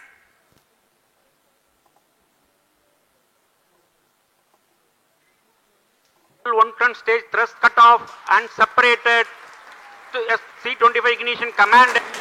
25 ignition confirmed. That's a piece of really good news that the third stage has started its operation. The C-25 stage has been ignited. जी हाँ, एक बहुत ही जटिल प्रक्रिया होती है क्रायो इंजन का इग्निशन और इसके प्रज्वलन के साथ ही तालियों की गड़गड़ाहट से गूंज उठा है मिशन नियंत्रण कक्ष। तृतीय चरण C-25 वर्तमान में प्रणोद उत्पन्न कर रहा है। पूर्णतः सामान्य, सभी तंत्र पूर्णतः सामान्य हैं। 118 kilonewtons thrust in vacuum is what this stage develops with its 28.6 tons propellant combination of liquid hydrogen and liquid oxygen. Present altitude is low. Performance normal. तृतीय और यह अंतिम चरण है इस यान का C-25। यह क्रायो ईंधन पर आधारित चरण है जिसमें लिक्विड हाइड्रोजन, लिक्विड ऑक्सीजन का इस्तेमाल होता है। इसमें कुल 28 टन का क्रायो ईंधन पूरी सुरक्षा तथा सावधानी के साथ भरा जाता है। इस चरण में 186 किलोन्यूटन का प्रणोद उत्पन्न होता है और यह करीब 640 सेकंड तक प्रज्वलित रहेगा। इसमें दिशा नियंत्रण के लिए इंजन जिम्बल का इस्तेमाल किया जाता है। क्रायो ईंधन का विशिष्ट आवेग 446 सेकंड के करीब होता है।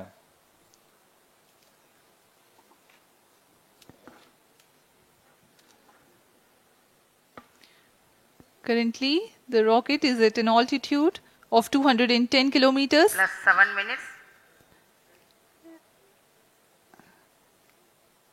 While there is no much variation in altitude, this stage will add to the relative velocity immensely.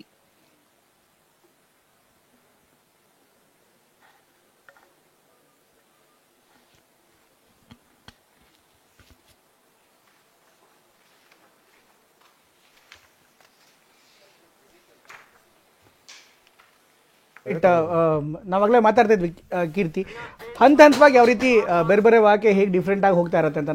ನೀವೀಗ ಸಾಕಷ್ಟು ಇದನ್ನು ನೋಡಿರ್ತೀರಿ, ಲಾಂಚನ್ನು ನೋಡಿರ್ತೀರಿ, ಇದ್ರ ವಿವರಿಸ್ಬೋದಾ ವೀಕ್ಷಕರಿಗೆ ಯಾವ ರೀತಿ ಹೇಗಾಯ್ತು, ಎಲ್ಲೆಲ್ಲಿ ಹೋಯ್ತು ಅಂತ? ಈಗ ಸಾಮಾನ್ಯವಾಗಿ ನಾವು ಮಾತಾಡ್ತೇವೆ, ನಾವು ಇಲ್ಲಿಂದ MG ರೋಡ್ಗೆ ಹೋಗೋ ಅಷ್ಟಲ್ಲಿ ಆರ್ಬಿಟ್ಗೆ ಹೋಗ್ಬಿಟ್ಟಿರುತ್ತೆ ಅಂತ. ಈಗ ನಮ್ಮ ಸಿಲ್ಕ್ ಸಿಗ್ನಲ್ ದಾಟೋ ಅಷ್ಟರಲ್ಲಿ ಅದು ಎಲ್ಲ ಹೋಗಿರುತ್ತೆ ಮುಂದೆ. ಜನರಿಗೋಸ್ಕರ, ವೀಕ್ಷಕರಿಗೋಸ್ಕರ ಯಾವ ರೀತಿ ಎಕ್ಸ್ಪ್ಲೇನ್ ಮಾಡ್ತಿದ್ದೆ? ಅದೇ, ಈಗ ಇದು ಶುರುವಾಗಿ ಇವಾಗ ಆಲ್ಮೋಸ್ಟ್ 5 ನಿಮಿಷ ಆಗಿದೆ. 5 ನಿಮಿಷದಲ್ಲಿ ಆಲ್ರೆಡಿ ತುಂಬಾನೇ ನಡೆದಿದೆ. ಮೊದಲು ಸ್ಟ್ರಾಪ್ ಆನ್ ಬೂಸ್ಟರ್ಸ್ ಇತ್ತಲ್ಲ, ಅವು ಇಗ್ನೈಟ್ ಆಯಿತು. ಸ್ಟ್ರಾಪ್ ಆನ್ ಬೂಸ್ಟರ್ಸು ಮೊದಲು ಅದು 108 ಸೆಕೆಂಡ್ ಅದು ಉರಿತು. ಅದಾದ್ಮೇಲಿಂದ ಮೇನ್ ಸ್ಟೇಜ್ ಇಗ್ನೈಟ್ ಆಯ್ತು, ಮಧ್ಯಭಾಗದಲ್ಲಿರೋ ಸೊ 127 ಸೆಕೆಂಡ್ ಅಂದ್ರೆ 2 ನಿಮಿಷ ಆಗೋಷ್ಟೊತ್ತಿಗೆ ಈ ಸ್ಟ್ರಾಪ್ ಆನ್ ಬೂಸ್ಟರ್ಸ್ ಅಲ್ಲಿರೋ ಫ್ಯೂಯಲ್ ಎಲ್ಲ ಅಕ್ಕಪಕ್ಕ ಇರುವಂತಹ ಬೂಸ್ಟರ್ ರಾಕೆಟ್ಸ್ ಗಳು ಸಪರೇಟ್ ಯಾಕಂದ್ರೆ ಅದು ಹಂಗೆ ಇದ್ರೆ ಅವಾಗ ವೆಯ್ಟ್ ಜಾಸ್ತಿನ ಇಟ್ಕೊಂಡು ಹೋಗ್ತಾರೆ. ಸೊ ಹಾಗಾಗಿ ಅದನ್ನ ಕೆಳಗಡೆ ಬೀಳಿಸ್ಬಿಡ್ತಾರೆ. ಅದಾದ್ಮೇಲಿಂದ ಮೇನ್ ಸ್ಟೇಜ್ ಇದೆಯಲ್ಲ, ಅದು 5 ನಿಮಿಷ ಆಗೋವರೆಗೂ ಕೂಡ ಅದು ನಡೀತಾ ಇರುತ್ತೆ. ಸೊ 5 ನಿಮಿಷ ಕ್ರಯೋಜೆನಿಕ್ ಇಂಜಿನ್ ಗೆ ಅಟ್ಯಾಚ್ ಆಗಿರುವಂತ ಮೈನ್ ಬೂಸ್ಟರ್ಸ್, ಲಿಕ್ವಿಡ್ ಸ್ಟೇಜ್ ಅಂತ ಕರೀತಾರೆ. ಅದೇ ಮಧ್ಯದಲ್ಲಿ ಈಗ 3 ರಾಕೆಟ್ ಇರುತ್ತಲ್ಲ, ಮಧ್ಯದಲ್ಲಿರೋ ರಾಕೆಟ್ ಇರುತ್ತಲ್ಲ ಅದು. ಸೊ ಅದು 5 ನಿಮಿಷ ಆದ್ಮೇಲೆ ಅದು ಮುಗಿದೋದ್ಮೇಲಿಂದ next cryo stage, cryogenic engine ಇರುವಂತಹ ಭಾಗ, ಹೌದು ಅದು ಶುರುವಾಗುತ್ತೆ. ಅದು 5 ನಿಮಿಷದಲ್ಲಿ ಶುರುವಾಗಿ 15 ನಿಮಿಷದವರೆಗೂ ಅದು ಉರಿಯುತ್ತೆ. ಸೊ 10 ನಿಮಿಷ ಅದು ಉರಿತಾ ಇರುತ್ತೆ. ಸೊ ಇವಾಗ ಆಲ್ರೆಡಿ ಸುಮಾರು 200 ಕಿಲೋಮೀಟರ್ ಗಿಂತ ಜಾಸ್ತಿ ಮೇಲೆ ಹೊರಟೋಗಿದೆ ರಾಕೆಟ್. ಸೊ 5 ನಿಮಿಷದಲ್ಲಿ ನೋಡಿ 200 ಕಿಲೋಮೀಟರ್ ರೀಚ್ ಆಗುತ್ತೆ. ಸೊ 200 ಕಿಲೋಮೀಟರ್ ಮೇಲೆ ಅಲ್ಲಿ ಗಾಳಿ ಇರೋದಿಲ್ಲ. ಸೊ ಗಾಳಿ ಇಲ್ಲದೆ ಇರೋದ್ರಿಂದ ಮೇಲ್ಗಡೆ ನಾವು ಹೀಟ್ ಶೀಲ್ಡ್ ಅಂತ ಏನು ಸರ್ ಆಲ್ರೆಡಿ ಎಕ್ಸ್ಪ್ಲೇನ್ ಮಾಡಿದ್ರು. ಸೊ ಆ ಹೀಟ್ ಶೀಲ್ಡ್ ಸಪರೇಟ್ ಆಗುತ್ತೆ. ಸೊ ನಮ್ಮ ಸ್ಯಾಟಲೈಟ್ ಒಳಗಡೆ ಇರುವಂತಹ ಸ್ಯಾಟಲೈಟ್ ಅದು ಎಕ್ಸ್ಪೋಸ್ ಆಗಿರುತ್ತೆ ಆಚೆಗೆ. ಅದ್ರಲ್ಲಿ ಗಾಳಿ ಏನು ಇಲ್ಲದೆ ಇರೋದ್ರಿಂದ ಅದರಿಂದ ಏನು ತೊಂದರೆ ಇಲ್ಲ. ಸೊ ಈಗ ನೆಕ್ಸ್ಟ್ ಟೋಟಲ್ ಟೈಮ್ 15 ನಿಮಿಷ ಆದ್ಮೇಲಿಂದ ಕ್ರಯೋಜೆನಿಕ್ ಸ್ಟೇಜ್ ಕೂಡ ಶಟ್ ಆಫ್ ಆಗುತ್ತೆ. ಅದಾದ್ಮೇಲೆ ಕೋಸ್ಟಿಂಗ್ ಸ್ಟೇಜ್ ಅಂತ. ಸೊ ಸುಮಾರು ಒಂದು 15 ಸೆಕೆಂಡ್ ಅಷ್ಟು ಏನು ಉರಿತಾ ಇರೋದಿಲ್ಲ, ಸುಮ್ಮನೆ ರಾಕೆಟ್ ಹಾಗೆ ಚಲಿಸ್ತಾ ಇರುತ್ತೆ. ಅದಾದ್ಮೇಲಿಂದ ಕ್ರಯೋ ಸ್ಟೇಜ್ ಕೂಡ ಸಪರೇಟ್ ಆಗೋಗುತ್ತೆ. ಓಕೆ, ಇದೇನು ಕ್ರಯೋ ಸ್ಟೇಜ್ ಏನಕ್ಕೆ ಆ ಭಾಗದಲ್ಲಿ ಸಪರೇಟ್ ಆಗೋದು? ನೆಕ್ಸ್ಟ್ ಬೂಸ್ಟ್ ಕೊಡೋದಕ್ಕೆ ಅಥವಾ ವೇಟ್ ಅಂತನಾ? ಇಲ್ಲ, ಅದರಲ್ಲಿರುವಂತಹ ಇಂಧನ ಅದರ ಒಂದು ಕಾರ್ಯ ಏನಿತ್ತು ಅದು ಮುಗ್ದೋಯ್ತು ಇವಾಗ. ಸೊ ಅದು ಮುಗ್ದೋದ್ಮೇಲಿಂದ ಮತ್ತೆ ಅದು ಎಕ್ಸ್ಟ್ರಾ ವೇಟ್ ಅದು ಸ್ಟೇಜ್ ಬೈ ಸ್ಟೇಜ್ ಮಾತ್ರ ಮಾಡ್ಕೊಂಡು ಹೋಗ್ತಾ ಇರುತ್ತೆ. ಇಂಥ ಸ್ಟೇಜ್ ಇಂದ ಇಂಥ ಸ್ಟೇಜ್ ತನಕ ಈ ತರ ಬೂಸ್ಟರ್ಸ್ ಬೇಕಾಗುತ್ತೆ, ಅದ ನಂತರ ಲಿಕ್ವಿಡ್ ಬೇಕಾಗುತ್ತೆ, ಆ ನಂತರ ಕ್ರಯೋಜಿನ್ ಬೇಕಾಗುತ್ತೆ ಅಂತ. ಕರೆಕ್ಟ್. ಸೊ ಕ್ರಯೋಜೆನಿಕ್ ಸ್ಟೇಜ್ ಮುಗಿಯೋ ಅಷ್ಟೊತ್ತಿಗೆ ಅವಾಗ ಆರ್ಬಿಟ್ ಇನ್ಸರ್ಷನ್ ಆಗೋಗಿರುತ್ತೆ. ಸೊ ನಮ್ಮ ಭೂಮಿ ಸುತ್ತ ಆಲ್ರೆಡಿ ಅದು ಆಟೋಮ್ಯಾಟಿಕ್ ಆಗಿ ಸುತ್ತ ಕ್ರಯೋಜಿನ್ ನಮ್ಮ ಆರ್ಬಿಟ್ ಹತ್ರ ತಗೊಂಡೋಗಿ ಬಿಡೋದು ಕ್ರಯೋಜಿನ್ ತನಕ ಕೆಲಸ ಇರುತ್ತೆ. ಕರೆಕ್ಟ್. ಒಂದ್ಸಾರಿ ಆರ್ಬಿಟ್ ಹತ್ರ ಈ ನಮ್ಮ ಸ್ಯಾಟಲೈಟ್ ಅನ್ನ ಪ್ಲೇಸ್ ಮಾಡಿದ್ಮೇಲೆ ಅದು ಸುತ್ತಾ ಇರುತ್ತೆ ಭೂಮಿ. ಅದು 180 ಕಿಲೋಮೀಟರ್ ಬೈ 36,000 ಕಿಲೋಮೀಟರ್. ಓಕೆ. ಅಪೋಜಿ ಅಂತ ಇರ್ತೀವಲ್ಲ, ಅದು ಎಲಿಪ್ಟಿಕಲ್ ಆರ್ಬಿಟಲ್ ಹಾಕತ್ತದು. ಅದು 10.2 ಮೀಟರ್ಸ್ ಪರ್ ಸೆಕೆಂಡ್ ಆ ಇದ್ರಿಗೆ ಇಂಜೆಕ್ಟ್ ಮಾಡುತ್ತದು. ಓಕೆ. ಕ್ರಯೋಜೆನಿಕ್ ಸ್ಟೇಜ್ ಅದೇ ಕೆಲಸ. ಸೊ ಅಂಡಾಕಾರದ ಒಂದು ಆರ್ಬಿಟ್ ಕಕ್ಷೆನಲ್ಲಿ ಸುತ್ತಾ ಇರುತ್ತೆ. ಅಂದ್ರೆ ಭೂಮಿಗೆ ಅತಿ ಹತ್ರ 180 ಕಿಲೋಮೀಟರ್ ಬರುತ್ತೆ, ಅತಿ ದೂರ 36,000 ಕಿಲೋಮೀಟರ್ ತನಕ ಹೋಗುತ್ತೆ. ಮತ್ತೆ ಒಂದು ಸುತ್ತು ಹೊಡೆಯೋದಕ್ಕೆ ಎಷ್ಟೊತ್ತಾಗುತ್ತೆ? ಒಂದು 10 ಗಂಟೆ ಆಗುತ್ತೆ, 10 ಗಂಟೆ ಆಗುತ್ತೆ. Okay okay. ಆಮೇಲೆ ನಾವು ಈ ನಮ್ಮ ಇಸ್ಟ್ರಾಕ್ ವಿಸಿಬಿಲಿಟಿ ಇದೆ, ಬೆಂಗಳೂರು ವಿಸಿಬಿಲಿಟಿ ಇದ್ದಾಗ ನಾವು ಈ ಪಿರಿಜಿ ಅಂತ ಹೇಳ್ತೀವಲ್ಲ, ಅಂಡಾಕಾರದಲ್ಲಿ ವೃತ್ತ ಇರುತ್ತಲ್ಲ, ಎಲಿಪ್ಟಿಕಲ್ ಆರ್ಬಿಟ್ಟು, ಆ ಪಿರಿಜಿ ಪಾಯಿಂಟ್ ನಾವು ತಿರ್ಗಾ ಫೈರ್ ಮಾಡಿದಾಗ ಅಪೋಸಿಟ್ ಪಾಯಿಂಟ್ ರೈಸ್ ಮಾಡ್ತಾ ಹೋಗ್ತೀವಿ. ನೀವು ಇಲ್ಲಿ ನೋಡಿರ್ಬೋದು, ದೂರ ದೂರ ಅಪೋಸಿಟ್ ಪಾಯಿಂಟ್ ಕಿಲೋಮೀಟರ್ ಹತ್ರ ಬಂದ ಮುಂದೆಗಡೆ ಇನ್ನಷ್ಟು. ಹೌದು, 10ವರೆಗೆ ಇವಾಗ ಉಯ್ಯಾಲೆ ಆಡ್ಬೇಕಾದ್ರೆ ಹಿಂದೆ ಹೋಗಿ ಕೆಳಗಡೆ ಬಂದಾಗ ನಾವು ಸ್ವಲ್ಪ ಪುಷ್ ಕೊಡ್ತೀವಿ, ಅವಾಗ ಇನ್ನೂ ಜಾಸ್ತಿ ಮುಂದೆ ಹೋಗ್ತೀವಿ. ಅವಾಗ ಅದೇ ರೀತಿನಲ್ಲೇ ಇಲ್ಲಿ 10ವರೆದು 14 ಗಂಟೆ 18 20 22 ಆ ಥರ ಜಾಸ್ತಿ ಮಾಡ್ಕೊಂಡು ಹೋಗ್ತೀವಿ ಆರ್ಬಿಟಲ್ ಪೀರಿಯಡ್. ಓಕೆ, ಹಂಗೆ ಮಾಡ್ಬಿಟ್ಟು ಅದು ಇಟ್ ಟೇಕ್ಸ್ ಬಟ್ ಇದು ಬಟ್ 8 ಬರ್ನ್ಸ್ ಆದ್ಮೇಲೆ ನಾವು 11.2 ಮೀಟರ್ಸ್ ಪರ್ ಸೆಕೆಂಡ್ ಫೈರ್ ಮಾಡಿದಾಗ ಅದು ಅರ್ತ್ ಎಸ್ಕೇಪ್ ವೆಲಾಸಿಟಿ ಅಚೀವ್ ಆದಾಗ ಅದು ಅರ್ತ್ ಕಂಟ್ರೋಲ್ ಹೊರಟೋಗುತ್ತೆ ಮೇಲಕ್ಕೆ, ಅವು ಮೂನ್ ಕಡೆ ಹೋಗುತ್ತೆ. ಅದು ತೊಗೊಳಕ್ಕೆ ಬಟ್ 3 ವೀಕ್ಸ್ ಬೇಕಾಗತ್ತೆ. ಅಲ್ಲೋಗ್ಬಿಟ್ಟು ನಾವು ಮೂನ್ ಹತ್ರ ಬಂದಾಗ ಲೂನಾರ್ ಇನ್ಸರ್ಷನ್ ಆರ್ಬಿಟ್ ಅಂತ ಮಾಡಬೇಕಾಗತ್ತೆ. ಅಲ್ಲಿ ಹೋಗಿ ಲೂನಾರ್ ಕ್ಯಾಪ್ಚರ್ ಮಾಡಬೇಕು. ಅಂದರೆ ಇಲ್ಲಿಂದ ದೂರ ಹೋಗೋದಾಗ ಇದು ಇಲ್ಲಿ ಸಪೋಸ್ ಇಲ್ಲಿ ಬಂದು ನೋಡಿ, ಇದು 3,84,000 ದೂರದಲ್ಲಿದೆ. ಓಕೆ, ಭೂಮಿಯಿಂದ. ಅದು ಇಲ್ಲಿ ಹೋದಾಗ ನಾವು ಫುಲ್ ರಾಕೆಟ್ನ ಸ್ಪೀಡ್ ಕಮ್ಮಿ ಮಾಡಿ ಮೂನ್ ಆರ್ಬಿಟ್ಗೆ ಸ್ಯಾಟಲೈಟ್ ಬರಬೇಕು. ಅದನ್ನ ಫುಲ್ ಝೀರೋ ಮಾಡಿಬಿಟ್ಟು ಅದೇ ಇಂಪಾರ್ಟೆಂಟು. ಅದು ಮಾಡದಿದ್ರೆ ಅದು ಹೊರಟೋಗತ್ತೆ. ಅದು ವೆರಿ ಕ್ರೂಷಿಯಲ್. ಅದು ಕರೆಕ್ಟ್ ಗೊತ್ತಾಯ್ತು. ರೈಟ್. ನನ್ನೊಂದು ಪ್ರಶ್ನೆ ಇರೋದೆ, ಈಗ ನಾವ್ ಯಾವ ರೀತಿ ಉಯ್ಯಾಲೆ ಆಡೋ ಥರ ಹಿಂಗೆ ಸುತ್ತೀವಲ್ಲ, ಅದು ಯಾವ ಕಾರಣಕ್ಕೋಸ್ಕರ ಮಾಡ್ತೀವಿ ಅಂದ್ರೆ ನಮ್ಮ ಭೂಮಿಯ ಗುರುತ್ವಾಕರ್ಷಣೆಯಿಂದ ಹೊರಗಡೆ ತಳ್ಳೋದಕ್ಕೆ ಯಾವ ರೀತಿ ಸಹಾಯ ಆಗತ್ತೆ ಅದು? ಹೌದು. ಸೊ ಇವಾಗ ಏನಂದ್ರೆ ಒಂದೇ ಸಲ ನಾವು ರಾಕೆಟ್ ನ ಲಾಂಚ್ ಮಾಡಿ ಒಂದೇ ಸಲ ಚಂದ್ರನ ಕಡೆಗೆ ಡೈರೆಕ್ಟ್ ಆಗಿ ಹೋಗ್ಬೇಕು ಅಂದ್ರೆ ಅದಕ್ಕೆ ಸಿಕ್ಕಾಬಟ್ಟೆ ಇಂಧನ ಬೇಕಾಗುತ್ತೆ. ರೈಟ್. ಸೊ ಅದ್ರ ಬದಲು ನಾವೇನ್ ಮಾಡ್ತೀವಿ, ನಮ್ಮ ಗುರುತ್ವಾಕರ್ಷಣ ಶಕ್ತಿ, ಭೂಮಿದ ಗುರುತ್ವಾಕರ್ಷಣ ಶಕ್ತಿ ಏನಿದೆ ಅದನ್ನೇ ಬಳಸ್ಕೊಂಡು ಹಂತ ಹಂತವಾಗಿ ನಮ್ಮ ಸ್ಯಾಟಲೈಟ್ ಸ್ಪೀಡ್ ನ ಜಾಸ್ತಿ ಮಾಡ್ತಾ ಹೋಗ್ತೀವಿ. ಸೊ ಅಂಡಾಕಾರವಾಗಿ ತಿರುಗತ್ತೆ ಹೀಗೆ, ತಿರುಗಬೇಕಾದ್ರೆ ಹತ್ರ ಬರುತ್ತೆ. ಆತರ ಮಾಡೋದ್ರಿಂದ ಗುರುತ್ವಾಕರ್ಷಣ ಶಕ್ತಿಯನ್ನ ಹೇಗೆ ತಿರುಗಿಸ್ತಾರೆ? ಸೊ ಏನಾಗುತ್ತೆ, ಈ ಅಂಡಾಕಾರದ ಇದ್ರಲ್ಲಿ ಹೋಗ್ತಾ ಇರ್ಬೇಕಾದ್ರೆ ತುಂಬಾ ದೂರದ ಪಾಯಿಂಟ್ ಇದೆಯಲ್ಲ, ಅದರಲ್ಲಿ ಸ್ಲೋಯೆಸ್ಟ್ ಪಾಯಿಂಟ್. ಆಮೇಲೆ ತುಂಬಾ ಹತ್ರ, ಭೂಮಿಗೆ ತುಂಬಾ ಹತ್ರ ಯಾವಾಗ ಬರುತ್ತೋ ಅವಾಗ ತುಂಬಾ ಫಾಸ್ಟ್ ಆಗಿ ಹೋಗ್ತಾ ಇರುತ್ತೆ.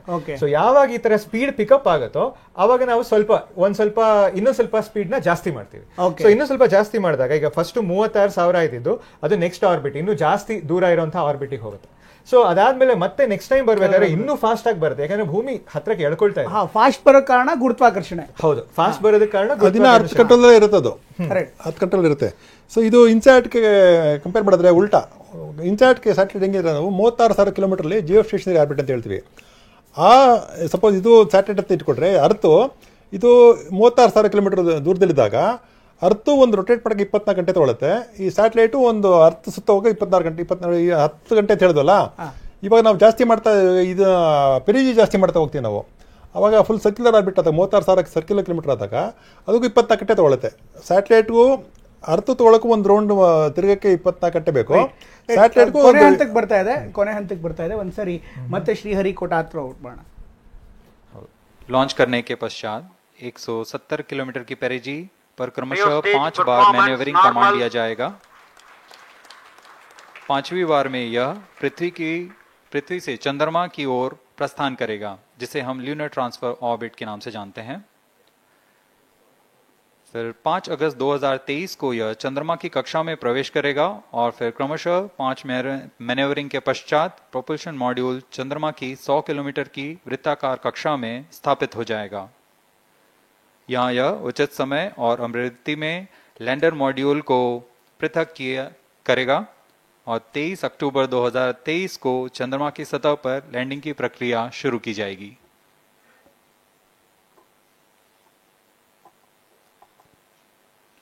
Plus 15 minutes.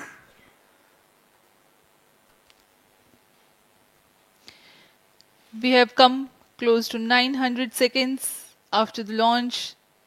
Currently, the C-25 stage is thrusting.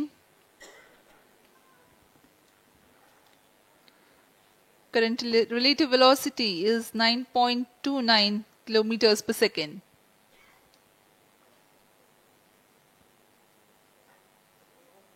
जी हाँ, कुछ ही क्षणों में हम देखेंगे तृतीय चरण LVM-3M4 रॉकेट का चंद्रयान को उद्दिष्ट कक्षा की ओर ले जा रहा है और उद्दिष्ट कक्षा प्राप्त होते ही और उचित अभिवृद्धि प्राप्त होते ही चंद्रयान-3 को अंतक्षेपित कर दिया जाएगा। Cryo stage thrust cutoff. Satellite injection condition is achieved. अभी पुष्टि की गई चंद्रयान-3 को प्रमोशन की कक्षा प्राप्त कर ली गई है। Chandrayaan-3 satellite separated. चंद्रयान-3 को सफलतापूर्वक अंतक्षेपित कर दिया गया है इलिप्टिकल पार्किंग ऑर्बिट पर। Chandrayaan-3 has attained a major milestone successfully. Chandrayaan-3 mission accomplished. Handing over to mission director. This is mission control, mission director. The LVM-3M4 Chandrayaan mission accomplished its precise satellite injection conditions. LVM-3M4 mission is successful. Jai Hind. Complete ಅಂತ ಬಂತು. ನಮ್ಮ orbit ಗೆ ಹೋಗಿ ನಾವು place ಮಾಡ್ತಾ ಇದೀವಿ ಈಗ.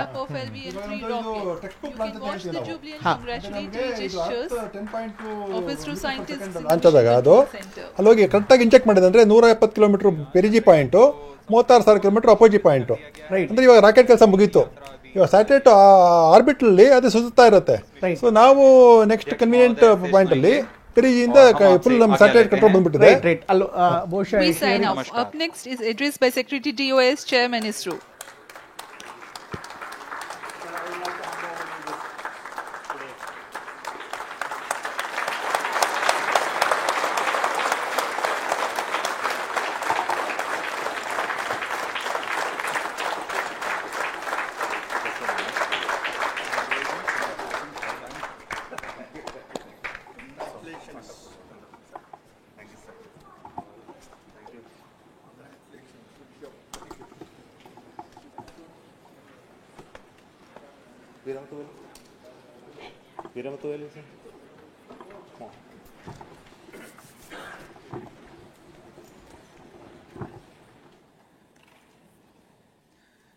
Congratulations, India.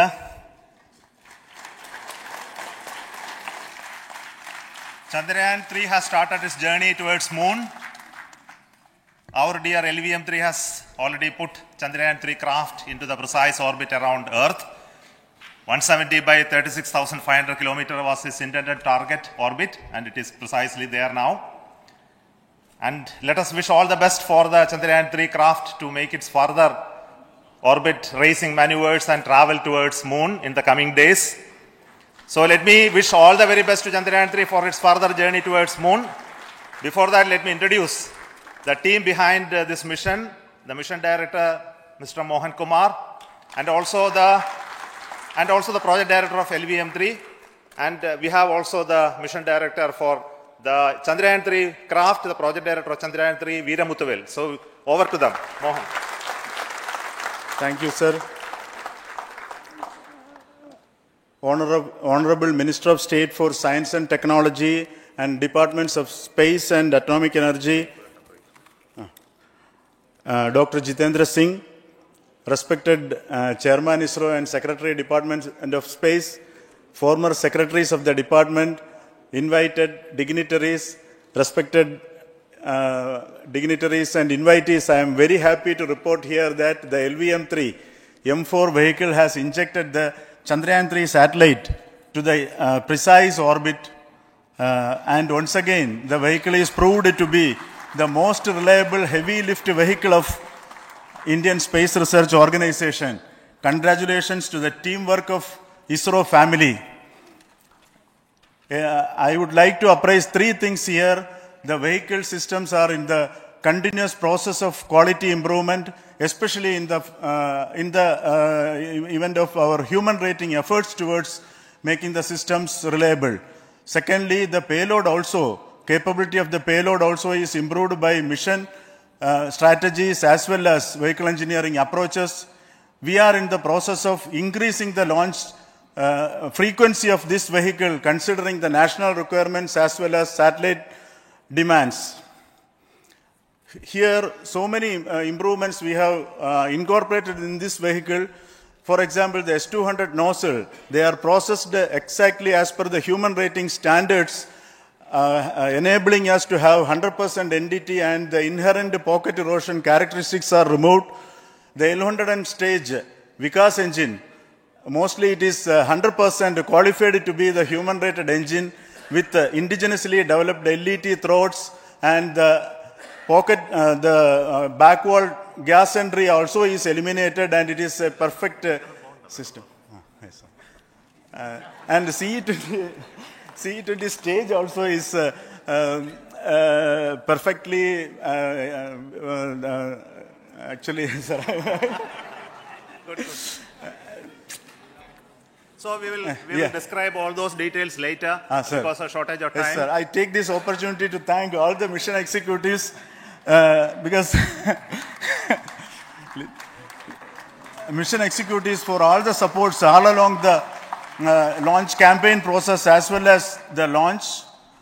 Once the launch manifest is released and mission executives are identified, really this is a penance of so many across the ISRO centers, our launch vehicle centers, VSSC, LPSC, IPRC, IASU, SDSC, SHAR, URSC and SAC, along with all our industrial partners, major players to the small-scale industries who supply us with all the deliverables in time, quality products, the suppliers of chemicals, propellant ingredients, suppliers of avionics systems, and our own GOCO facility operators.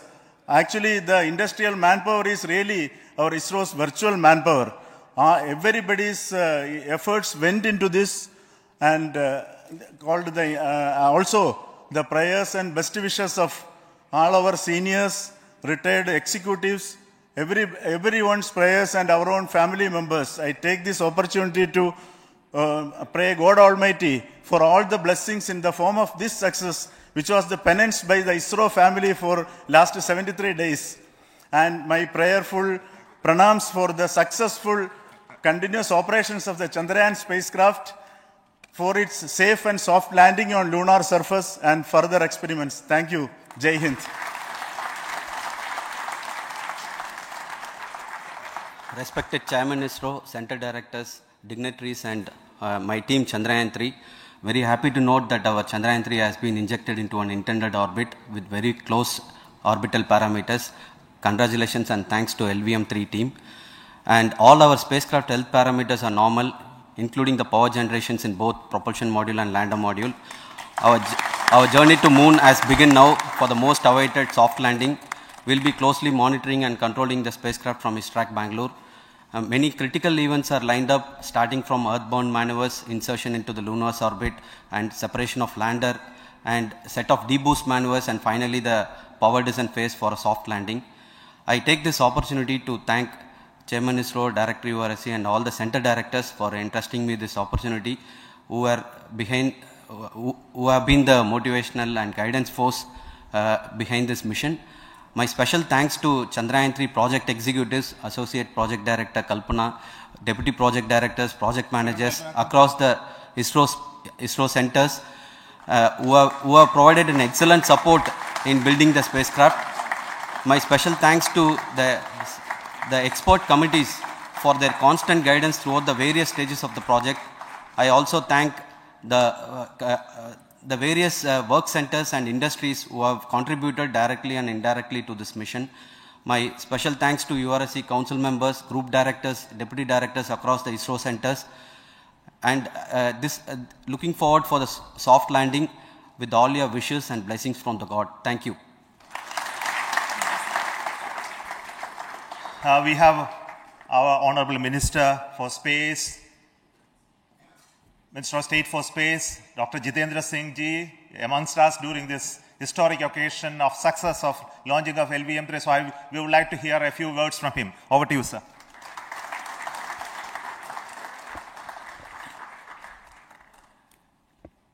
It is indeed a moment of glory for India and a moment of destiny for all of us over here at Sriharikota who are a part of the history in making.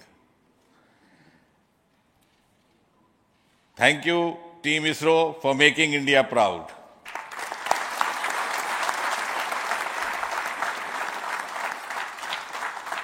And thank you, Honorable PM Narendra Modi ji, for having made this possible by unlocking the gates of Sriharikota and enabling the India's space sector. You would recall, Honorable Prime Minister had very recently said, sky is not the limit. And living by his words, I think the Chandrayaan today has gone beyond the limits of sky to discover the unexplored horizons of the universe beyond. Ladies and gentlemen, this day today, the 14th of July 2023, is also a day of vindication. Vindication of the dream that Vikram Sarabhai saw 6 decades ago. He might have been short of resources, but never short of confidence. And when we see those pictures of a launcher vehicle being carried on the carriage of a bicycle, without any remorse, without any slightest embarrassment, that is because Vikram and his team had faith in themselves, faith in India's potential, faith in India's acumen. And today, here, we are vindicating and we are reiterating India's indigenous capabilities, living up to the ideal of Atmanirbhar Bharat. And before I conclude, ladies and gentlemen, as Mother India enters into the next 25 years of this Amrit Kal, she pledges to play a leading global role in the emerging world scenario of 21st century. Thank you and congratulations once again.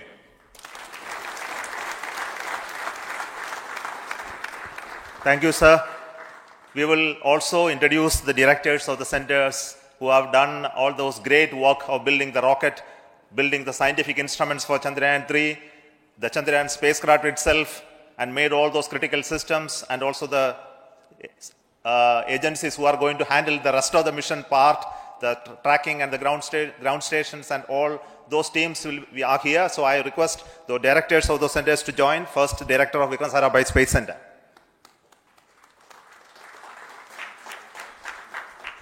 Good afternoon, India. In last 1 year, this is the 10th mission, including the precise landing of the reusable launch vehicle. So with this mission, this is the 7th mission of LVM-3, the successful mission. With this, the success rate of LVM-3 is 100%. And this is the ideal vehicle for Gaganyaan. Some of the changes that we are incorporating in Gaganyaan, we have implemented here. And the Mark III has crossed the reliability of 0.9 and inching forward.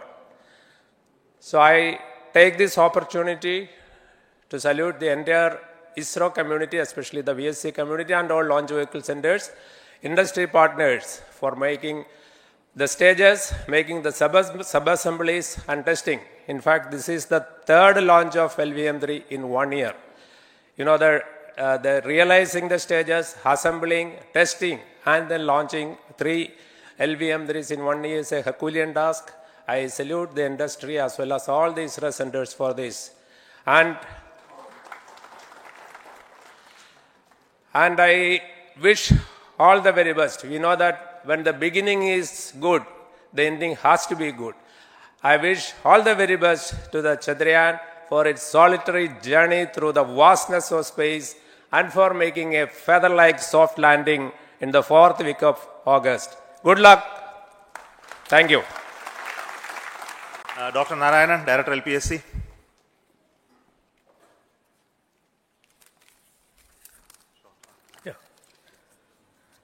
Good afternoon to all of you.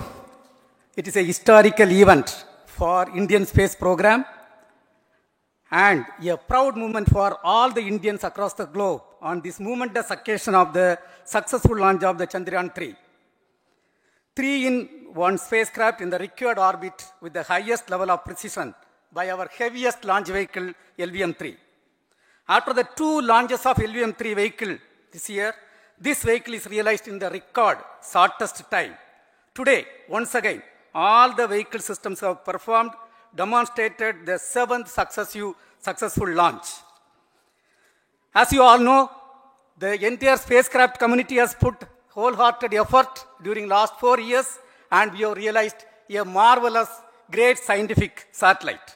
For this mission, the entire vehicle performance is as expected, as predicted. In fact, the precision in which the satellite is launched shows the reliability of this vehicle. And we too have 4 liquid propulsion modules, 2 in the launch vehicle. The L110 stage, C25 stage, it has performed extremely well along with all other vehicle systems. We too have 2 more propulsion modules, one for taking the spacecraft to the moon, another one for soft landing. I think it is already well integrated, the system health is very good. Today's success is the culmination of the dedicated, smart and hard work of all the ISRO team members and the work culture of ISRO and the review process what we follow. I am sure all further mission operations will be a grand success and we'll have the successful soft landing. On this occasion, let me congratulate and compliment the members of ISRO team, our family members who have really sacrificed, the partners from industry and academia, and the various review fora. Thank you. Jai Hind. The Chandrayaan craft was built at the UR Rao Satellite Center, so I request the Director of URC to speak.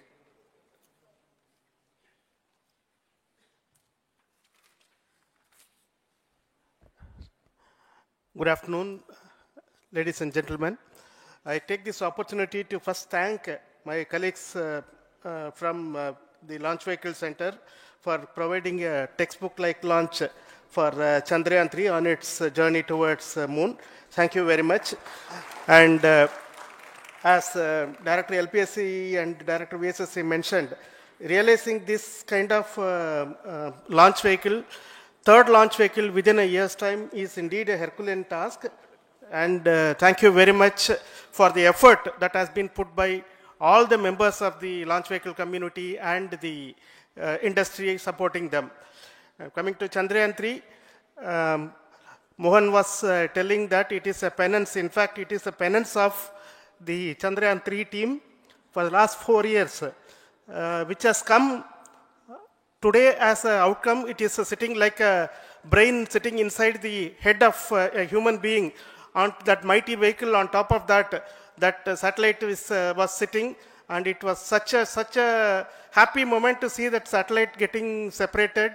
And our work continues from now for the next 42 days till we reach the lunar orbit and touchdown softly on moon. So we'll speak the rest of the things after the soft landing on top of moon. Till then, thank you very much for all the members of the satellite community and the industry for your support, which has been continuing over several years, and I'm sure will continue in future also. Thank you very much. Space Applications Center Ahmedabad plays very important role in our scientific instruments and building of the satellites. Over to Director SAC, Nilesh Desai. Thank you. Good afternoon, everybody. At the outset, let me compliment Team ISRO for this excellent work, and especially vehicle team as well as the project team. And as we begin this historic journey towards moon, well begun is half done, as it is said.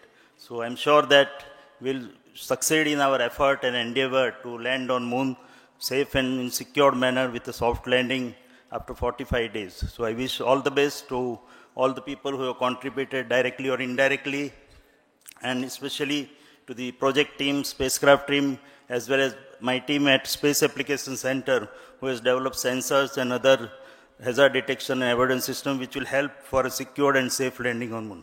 So once again, I thank all who have contributed in this mission. Thank you. Director of this center, Satish Dhawan Space Center, is the chairman of the Launch Authorization Board and also realizing the solid motors of this rocket. So over to Director SDSC Shah Rajarajan.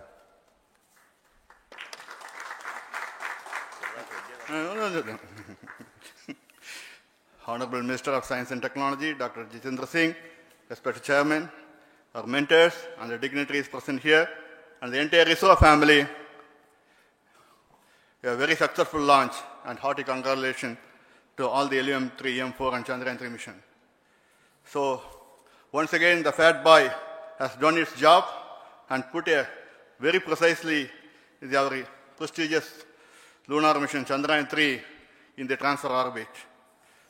And I congratulate the SDC SHAR team, because throughout this launch, we had many launch campaigns of 355 and 56. Along with that, we are proud to have this. In spite of the weather conditions here, we have successfully launched LVM-3 in the prescribed launch window time between July 12th and 19th. Right. ಒಂದು ವಿಶೇಷವಾದಂತಗಳಿಗೆ ಕೀರ್ತಿ, ಈಗ ಒಂದು ಹಂತ pass ಆದ್ವಿ ನಾವೀಗ, ಒಂದು ಹಂತ ಒಂದು ಯಶಸ್ವಿ ಆದಂತ ಕಾರ್ಯಾಚರಣೆ ಆಯ್ತು. ಈಗ ಮುಂದೇನು ಅಂತ ಪ್ರಶ್ನೆ. ಈಗ ರಾಕೆಟ್ ಹಾಗೆ ಉರಿತಾರ, ಇನ್ಫ್ಯಾಕ್ಟ್ ಈ ಆರ್ಬಿಟ್ಗೆ ಪ್ಲೇಸ್ ಆದ್ಮೇಲೆ ಅದ್ರ ಕೆಲಸ ಯಾವ ರೀತಿ ಇರುತ್ತೆ, ಏನಾಗುತ್ತೆ ಮುಂದೆ? ಇವಾಗ ಇದೊಂದು ಮಹತ್ವದ ಕ್ಷಣ. ಇವಾಗ ಏನಾಗಿದೆ ಅಂದ್ರೆ, ನಮ್ಮ ಯಾವ ಸ್ಟೇಜ್ ಇತ್ತು, booster stage, main stage, cryogenic stage, ಇದು ರಾಕೆಟ್ ಸ್ಟೇಜಸ್, ಇದೆಲ್ಲ ಉರಿದು ಇವಾಗ ಅದರ ಕೆಲಸ ಮುಗ್ದೋಗಿದೆ ಇವಾಗ.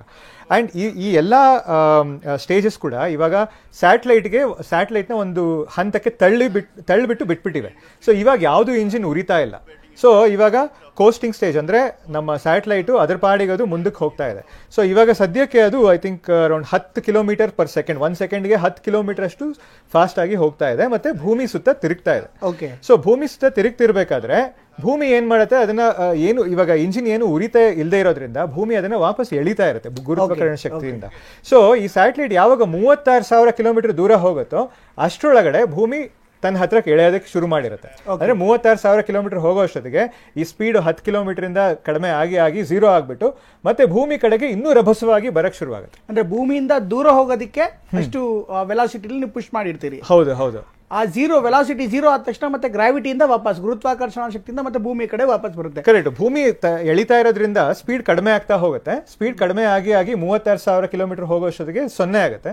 ಮತ್ತೆ ಅದು ವಾಪಸ್ ಇನ್ನೂ ಫಾಸ್ಟ್ ಆಗಿ ಬರಕ್ ಶುರು ಆಗುತ್ತೆ, ಇನ್ನೂ ಜೋರಾಗಿ ಬರ್ತಾ ಇರುತ್ತೆ. ಆದ್ರೆ ಅದು ಭೂಮಿಗೆ ಬೀಳಲ್ಲ, ಭೂಮಿ ಸುತ್ತಾನೆ ಇನ್ನೂ ತಿರುಗ್ತಾ ಇದೆ. ಅದು ಯಾಕೆ ಬೀಳಲ್ಲ? ಈಗ ಮಕ್ಕಳ ತರ ಒಂದು ಪ್ರಶ್ನೆ, ಈಗ ತಿರುಗ್ತಾ ಇರ್ಬೇಕಾದ್ರೆ ಭೂಮಿ ಡ್ಯಾಶ್ ಹೊಡೆದ್ಬಿಟ್ರೆ ಅಂತ, ಪಥ ಬದಲಾಯಿಸಿ ಏನಾದ್ರು ಆಗ್ಬಿಟ್ರೆ ಅಂತ.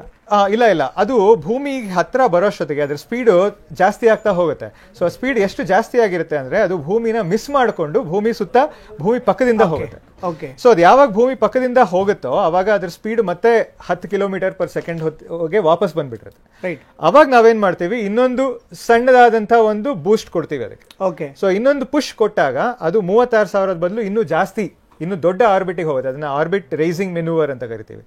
ಸೊ ಹಾಗೇನೆ ಜಾಸ್ತಿ ಆಗಿ 1,00,000 ಕಿಲೋಮೀಟರ್ ಆರ್ಬಿಟ್ಗೆ ಬರೋವರೆಗೂ ಮಾಡಿದ್ಮೇಲಿಂದ 5-6 ಸಲ ಇದನ್ನ ಮಾಡಿದ್ಮೇಲಿಂದ ಆಮೇಲೆ ಒಂದೇ ಸಲ ಇನ್ನೊಂದು ದೊಡ್ಡ ಪುಷ್ ಕೊಟ್ಬಿಟ್ಟು ಅದು ಭೂಮಿಯ ಗುರುತ್ವಾಕರ್ಷಣೆಯಿಂದ ಕಂಪ್ಲೀಟ್ ಆಗಿ ಆಚೆ ಹೋಗೋ ಹಾಗೆ ಮಾಡ್ತೀವಿ. ಅಲ್ಲಿ ಆ ಡೈರೆಕ್ಷನ್ ಡಿಫೈನ್ ಮಾಡೋದು ಹೇಗೆ ಅಂತ? ಫಾರ್ ಎಕ್ಸಾಂಪಲ್, ಈಗ ನೀವು ಹೇಳ್ದಂಗೆ ಒಂದು ಅಂಡಾಕಾರವಾಗಿ ತಿರುಗ್ತಾ ಇರುತ್ತೆ. ಚಂದ್ರ ನಮ್ಮಿಂದ ಸ್ವಲ್ಪ ಅಂಡಾಕಾರದ ಹೊರತಾಗಿ ಬೇರೆ ಕಡೆ ಎಲ್ಲೋ, ಫಾರ್ ಎಕ್ಸಾಂಪಲ್ ತ್ರಿಕೋನಾಕೃತಿಲೋ ಅಥವಾ 90 ಡಿಗ್ರಿಲೋ 70 ಡಿಗ್ರಿಲೋ ಇರ್ತಾನೆ. ಈ ಅಂಡಾಕಾರನ ತಪ್ಪಿಸಿ ಚಂದ್ರನತ್ತ ಹೇಗೆ ಪುಷ್ ಮಾಡ್ತೀವಿ? ಹೌದು. ಅದಕ್ಕೆ ಸ್ಯಾಟಲೈಟ್ ಅಲ್ಲಿ ಒಂದು ಗೋಲು ಪಿಚ್ಚು ಅಂತ ಇರುತ್ತೆ, 3 ಅಂದ್ರೆ ಯಾವ ಡೈರೆಕ್ಷನ್ ಹೋಗ್ತಾ ಇದೆಯೋ ಅದೊಂದು ಭೂಮಿ ಕಡೆ ನೋಡ್ಕೋಬೇಕು. ಇನ್ನೊಂದು ಪಿಚ್ ಅಂತ, ಇದು ಕಂಟ್ರೋಲ್ ಮಾಡಕ್ಕೆ ಸ್ಯಾಟಲೈಟ್ ಅಲ್ಲಿ ಗೈರೋಸ್ ಅಂತ ಇರುತ್ತೆ, ವೀಲ್ಸ್ ಎಲ್ಲ ಇರುತ್ತೆ. ಇಲ್ಲ, ಅದಕ್ಕಿಂತ ಮೊದಲಿಗೆ ಕ್ಯಾಲ್ಕುಲೇಷನ್ ಮಾಡಿರ್ಬೇಕಿದೆ. ಲಾಂಚ್ ವಿಂಡೋ ಇಂಥ ಸಮಯದಲ್ಲೇ ಲಾಂಚ್ ಮಾಡಬೇಕು ಅಂತ ಹೇಗೆ ಡಿಸೈಡ್ ಮಾಡ್ತಾರೆ ಅಂದ್ರೆ, ಭೂಮಿ ಎಲ್ಲಿದೆ, ಚಂದ್ರ ಎಲ್ಲಿದೆ, ಇಲ್ಲಿಂದ ನಾವು ಈ ತರ ಮಾಡಿದಾಗ ಆದಷ್ಟು ಕಡಿಮೆ ಫ್ಯೂಯಲ್ ಅಲ್ಲಿ ನಾವು ಹೇಗೆ ಚಂದ್ರನ ಹತ್ರ ಡೈರೆಕ್ಟ್ ಆಗಿ ಹೋಗ್ಬೋದು. ನಾವು ಲಾಂಚ್ ಮಾಡಿದಾಗ ಮೂನ್ ಇಲ್ಲೆಲ್ಲ ಇರುತ್ತೆ, 40 ಡೇಸ್ ಮೂನ್ ಇಲ್ಲಿ ಬಂದಿರುತ್ತೆ, ಅದು ಮೋಸ್ಟ್ ಆಪರ್ಚುನಿಟಿ ಟೈಮು. ಅವಾಗ ನಾವು ಈ ಡೇಟ್ ಫಿಕ್ಸ್ ಮಾಡೋಕೆ ಅದಕ್ಕೆ ಈ ಲಾಂಚ್ ವಿಂಡೋ ಅಂತಿತ್ತು. ಇವಾಗ 13 to 19th ಅಂತ ಒಂದು 4 days ಲಾಂಚ್ ವಿಂಡೋ ಅಂತ ಡೇಸ್ ಇತ್ತು. ಬೈ ಚಾನ್ಸ್ ಇವತ್ತು ಬೈ ಚಾನ್ಸ್ ವೆದರ್ ಸರಿ ಇಲ್ಲ, ಲಾಂಚ್ ಪೋಸ್ಟ್ಪೋನ್ ಆಗಿದ್ರೆ ಇದನ್ನ 24 hours ಪೋಸ್ಟ್ ಮಾಡ್ಬೇಕಾಯ್ತು, ನಾಳೆ ತಿರ್ಗಾ ಸೇಮ್ ಟೈಮ್ ಮಾಡ್ಬೇಕಾಯ್ತು. ಇದೆಲ್ಲ ಕೆಪ್ಟರ್ಸ್ ಲಾಸ್ ಅಂತ ಬರ್ತದೆ, ಇದೆಲ್ಲ ಆರ್ಬಿಟ್ಗೆಲ್ಲ. ಇದೆಲ್ಲ ನಮ್ದು ಮಿಷನ್ ಅನಾಲಿಸಿಸ್, ಫ್ಲೈಟ್ ಡೈನಮಿಕ್ಸ್ ಎಲ್ಲ ಅನಾಲಿಸಿಸ್ ಎಲ್ಲ ಮಾಡಿ ಪ್ರಿಸೈಸ್ ಇದು 1 ಮಿಲಿ ಸೆಕೆಂಡ್ ಮಿಸ್ ಆಗೋಕ್ಕಾಗಲ್ಲ. ಒಂಥರ ಸೀಕ್ವೆನ್ಸ್ ಆಫ್ ಇಂಟ್ಸ್ ಆ ಟೈಮಲ್ಲಿ ಅದೇ ಆಗಬೇಕು ಅಂತ ಇರುತ್ತೆ. ಹಂಗೆ ನಾವು ಎಲ್ಲ ಪ್ರೀ ಪ್ರೋಗ್ರಾಮ್ ಮಾಡಿರ್ತೀವಿ, ಹಂಗೆ ಅದು ಮೇಂಟೈನ್ ಮಾಡ್ಕೊಳ್ತಾ ಒಂದು ಆರ್ಬಿಟ್ ಹಾಕ್ಬಿಟ್ರೆ ಅದು ಸುತ್ತಾ ಇರುತ್ತೆ. ಅವಾಗ ನಾವು ಅರ್ಥ ಕಡೆ ಸ್ಯಾಟಲೈಟ್ ಕಡೆ ಪವರ್ ಜನರೇಟ್ ಮಾಡೋಕ್ಕೆ ಸೋಲಾರ್ ಪ್ಯಾನಲ್ ಸ್ಯಾಟಲೈಟ್ ನೋಡ್ತಾ ಇರಬೇಕು, ಸನ್ ಕಡೆ ತಿರ್ಗಬೇಕು. ಅದನ್ನೆಲ್ಲ ನಮ್ಗೆ ಸಡಾ ಅಂತಿರುತ್ತೆ, ಅದನ್ನ ಟ್ರ್ಯಾಕ್ ಮಾಡ್ಕೊಂಡದು ಇಟ್ ವಿಲ್ ಜನರೇಟ್ ಪವರ್. ಆ ಥರ ನಮ್ಮ ಜೊತೆ ಪಾಲಳ್ಳಿ ವಿಶ್ವನಾಥ್ ಅವರು ಕೂಡ ಇದ್ದಾರೆ, ಅವ್ರ ಜೊತೆನೂ ಕೂಡ ಮಾತಾಡ್ತೀರಿ. ಬಹುಶಃ ಅವ್ರ ಚಂದ್ರನ ಮೇಲ್ಮೈ ಮೇಲೆ ಯಾವ ರೀತಿ ಇದು ವರ್ಕ್ ಆಗುತ್ತೆ ಅದ್ರ ಬಗ್ಗೆ ಕೂಡ ಮಾತಾಡೋಣ. ಕೀರ್ತಿ ಅವರೇ, ಈಗ ಒಂದು ವಿಚಾರ ಇದೆ, ಇಲ್ಲಿಂದ ಮುಂದೆ ಆರ್ಬಿಟ್ ಇಂದ ಚಂದ್ರನ ಹತ್ರ ಕಳಿಸುವಂತ ಸಂದರ್ಭದಲ್ಲಿ 40 ಡೇಸ್ ಆ ಟ್ರಾವೆಲಿಂಗ್ ಇರುತ್ತಲ್ಲ, ಅದು ಹೇಗಿರುತ್ತೆ ಅಂದ್ರೆ ಭೂಮಿಯ ಗುರುತ್ವಾಕರ್ಷಣೆಯಿಂದ ಚಂದ್ರನ ಗುರುತ್ವಾಕರ್ಷಣೆಗೆ ಹೋಗುವಂತ ಸಂದರ್ಭದಲ್ಲಿ ಅದರ ಮೆನೂವರ್ಸ್ಗಳು, ಅಲ್ಲಾಗುವಂತ ವ್ಯತ್ಯಾಸಗಳು, ಅದು ಹೇಗಿರುತ್ತೆ, ಜರ್ನಿ ಯಾವ ರೀತಿ ಇರುತ್ತೆ? ಹೌದು, ಈಗ ನಾವು ಒಂದು ಎಲಿಪ್ಟಿಕಲ್ ಆರ್ಬಿಟ್ ಅಲ್ಲಿ ಇವಾಗ ಹಾಕ್ಬಿಟ್ಟಿದೀವಿ. ಅಂದ್ರೆ ಇವಾಗ ಅದು ಒಂದು ಎಲಿಪ್ಟಿಕಲ್ ಆರ್ಬಿಟ್ ಅಲ್ಲಿ ಸುತ್ತಾ ಇದೆ. ಈಗ ನೆಕ್ಸ್ಟ್ ಒಂದು ಕಕ್ಷೆ ಒಂದು ಸಲಿ, ಈಗ ಫಾರ್ ಎಕ್ಸಾಂಪಲ್ ನಾವು ಗ್ಲೋಬ್ ತಗೊಂಡ್ರೆ ಇದ್ರ ಸುತ್ತ ಒಂದು ರೌಂಡ್ ಹೋಗಿ ವಾಪಸ್ ಬರೋಷ್ಟೊತ್ತಿಗೆ ಮತ್ತೆ ಅದಕ್ಕೆ ಒಂದು ಬೂಸ್ಟ್ ಕೊಡ್ತೀವಿ. ಅದು ಇನ್ನೂ ದೊಡ್ಡ ಆರ್ಬಿಟಿಗೆ ಹೋಗುತ್ತೆ. ಆರ್ಬಿಟ್ ರೈಸಿಂಗ್ ಮೆನೂವರ್ ಅಂತ ಇದನ್ನ ಕರಿತೀವಿ. ಈ ರೀತಿಯಲ್ಲಿ 5-6 ಸಲ ಮಾಡಿದ್ಮೇಲಿಂದ ಅದನ್ನ we will give a push and then we will send it to the moon. So ಅದು ಚಂದ್ರನ್ ಕಡೆಗೆ ಹೋಗ್ತಾ ಇದೆ. ಸೊ ಇನ್ನು ಅದು ಐ ಥಿಂಕ್ ಅಲ್ಲಿಂದ 4 ದಿನ ಮುಂದೆ ಕಂಟಿನ್ಯೂ ಆಗಿ ಚಂದ್ರನ್ ಹತ್ರ ಹೋದಾಗ ಅದು ಚಂದ್ರನ ಗುರುತ್ವಾಕರ್ಷಣೆಗೆ ಒಳಪಡುತ್ತೆ. ಸೊ ಚಂದ್ರನ್ ಹತ್ರ ಹೋಗಿ ಚಂದ್ರನ್ ಗುರುತ್ವಾಕರ್ಷಣ ಶಕ್ತಿಗೆ ಒಳಪಟ್ಟ ತಕ್ಷಣ ಅಲ್ಲಿ ನಾವು ಮತ್ತೆ ಬ್ರೇಕಿಂಗ್ ಮೆನ್ಯೂವರ್ಸ್, ಅಂದ್ರೆ ಒಂದು ನಮ್ಮ ಟರ್ಮ್ಸ್ ಅಲ್ಲಿ ಹೇಳಿದ್ರೆ ಮೂನ್ ಆರ್ಬಿಟ್ ಹೋಗ್ಬೇಕು ಅದು. ಸೊ ಮೂನ್ ಆರ್ಬಿಟ್ ಅಲ್ಲೂ ಕೂಡ ಅದು ಮೊದಲು ಲಾಂಗ್ ಅಂದ್ರೆ ಎಲಿಪ್ಟಿಕಲ್ ಆರ್ಬಿಟ್ಸ್ ಅಲ್ಲಿ ಇರುತ್ತೆ. ಎಲಿಪ್ಟಿಕಲ್ ಆರ್ಬಿಟ್ ಇಂದ ಮತ್ತೆ ಅದಕ್ಕೆ ಬ್ರೇಕ್ ಹಾಕಿ ಅದನ್ನ ಒಂದು ಸರ್ಕ್ಯುಲರ್ ಆರ್ಬಿಟ್ಗೆ ಅದನ್ನ ತಗೊಂಡ್ಬರ್ತೀವಿ. 100 ಕಿಲೋಮೀಟರ್ ಬೈ 100 ಕಿಲೋಮೀಟರ್ ಆರ್ಬಿಟ್ ಅಂತ. ಸೊ ಅದಕ್ಕೆ ತಗೊಂಡ್ಬಂದ್ ಆದ್ಮೇಲಿಂದ ಅದನ್ನ ಪ್ರೊಪಲ್ಷನ್ ಮಾಡ್ಯೂಲ್ ಅಂತಿದೆ, ಅದು ಮಾಡುತ್ತೆ ಆ ಕೆಲಸನ. ಆ ಪ್ರೊಪಲ್ಷನ್ ಮಾಡ್ಯೂಲ್ ಅಲ್ಲೂ ಕೂಡ ಫ್ಯೂಯಲ್ ಇರುತ್ತೆ. ಅದು ಈ ರೀತಿ ಚಂದ್ರನ ಹತ್ರ ಹೋದ್ಮೇಲಿಂದ ಅದು ಬ್ರೇಕ್ ಹಾಕಿ ಅದನ್ನ ಒಂದು 100 ಬೈ 100 ಆರ್ಬಿಟ್ಗೆ ತಗೊಂಡ್ ಬರುತ್ತೆ. ಅದಾದ್ಮೇಲಿಂದ ನಾನು ಇದು ತೋರಿಸಿದ್ನಲ್ಲ, ಇದು ಲ್ಯಾಂಡರ್. ಈ ಲ್ಯಾಂಡರ್ ಆ ಪ್ರೊಪಲ್ಷನ್ ಮಾಡ್ಯೂಲ್ ಇಂದ ಸಪರೇಟ್ ಆಗುತ್ತೆ. ಸೊ ಸಪರೇಟ್ ಆದ್ಮೇಲಿಂದ ಅದು ಮತ್ತೆ ಸ್ಪೀಡ್ ನ ಕಡಿಮೆ ಮಾಡಿ ಅದು ಚಂದ್ರನ ಮೇಲ್ಮೈ ಮೇಲೆ ಅದು ಸುತ್ತಕ್ಕೆ ಶುರು ಮಾಡುತ್ತೆ. ಮತ್ತೆ ಚಂದ್ರನ ಮೇಲೆ ಎಲ್ಲಿ ಲ್ಯಾಂಡ್ ಮಾಡಬಹುದು ಅಂತ ಹುಡುಕಕ್ಕೆ ಶುರು ಮಾಡುತ್ತೆ. ಅಲ್ಲಿ ಫೋಟೋಸ್ ಎಲ್ಲ ತೆಗೆದ್ಬಿಟ್ಟು ಆಲ್ರೆಡಿ ನಮ್ಮ ಹತ್ರ ಮ್ಯಾಪ್ಸ್ ಇದೆ, ಡಿಸೈಡ್ ಆಗಿದೆ ಎಲ್ಲಿ ಲ್ಯಾಂಡ್ ಮಾಡಬೇಕು ಅಂತ. ಬಟ್ ಆ ಲ್ಯಾಂಡ್ ಆಗೋ ಜಾಗದಲ್ಲೂ ಕೂಡ ಸ್ವಲ್ಪ ಕಲ್ಲುಗಳು ಎಲ್ಲ ಇದ್ದೇ ಇರುತ್ತೆ.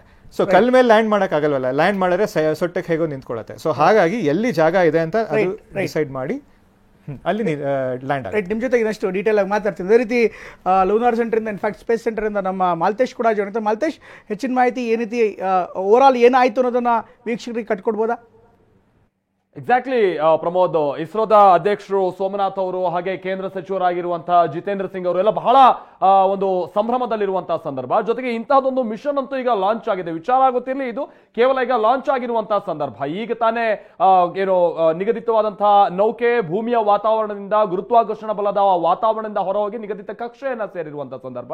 ಇನ್ನೂ ಹೆಚ್ಚು ಕಡಿಮೆ 40ಕ್ಕಿಂತ ಹೆಚ್ಚಿನ ದಿನಗಳು ನಾವು ಈ ಮಿಷನ್ ಕಂಪ್ಲೀಟ್ ಆಗಿ ಸಕ್ಸಸ್ ಆಗಿದೆಯಾ ಇಲ್ವಾ ಅನ್ನುವಂಥ ವಿಚಾರಕ್ಕೆ ಸಂಬಂಧಪಟ್ಟ ಹಾಗೆ ಕಾಯಬೇಕಾಗುತ್ತೆ. ಬಟ್ ಇಸ್ರೋ ವಿಜ್ಞಾನಿಗಳು, ಪ್ರಮೋದ್, ನೀವು ಗಮನಿಸಬಹುದಿತ್ತು, ಅವ್ರು ಮಾತನಾಡುವಂತಹ ಸಂದರ್ಭದಲ್ಲಿ ಬಹಳ ವಿಶ್ವಾಸದಲ್ಲಿದ್ದಂಥದನ್ನ ನಾವು ಗಮನಿಸಬಹುದಿತ್ತು. ಒಂದ್ ರೀತಿಯಾಗಿ ಈಗ ಆಲ್ರೆಡಿ ನಾವು ಯಶಸ್ಸಿನ ಪಥದಲ್ಲಿ ಇದ್ದೀವಿ ಅಥವಾ ಯಶಸ್ಸನ್ನ ಸಾಧಿಸ್ತೀವಿ ಅನ್ನುವಂತ ಒಂದು ಪ್ರಬಲವಾದಂತ ವಿಶ್ವಾಸ ಅವ್ರ ಮಾತುಗಳಲ್ಲಿ ವ್ಯಕ್ತ ಆಗ್ತಾ ಇದ್ದಂಥದನ್ನ ನಾವು ಗಮನಿಸಬಹುದಾಗಿತ್ತು. ಯಾಕಂದ್ರೆ ಇದು ಕಳೆದ ಬಾರಿಯ ಫೇಲ್ಯೂರ್ ಮೇಲೆ ಅವರು ಯಾವ ಮಟ್ಟಿಗಿನ ಸ್ಟಡಿ ಮಾಡಿದ್ದಾರೆ, ಆ ಮುಖ್ಯವಾಗಿ ಏನೇನು ಬದಲಾವಣೆಯನ್ನ ಮಾಡ್ಕೊಂಡಿದ್ದಾರೆ ಅನ್ನುವಂಥದ್ದು ಬಹಳ ಕ್ಲಿಯರ್ ಆಗಿ ಅವ್ರ ಮಾತುಗಳಲ್ಲೇ ಗೊತ್ತಾಗ್ತಾ ಇತ್ತು.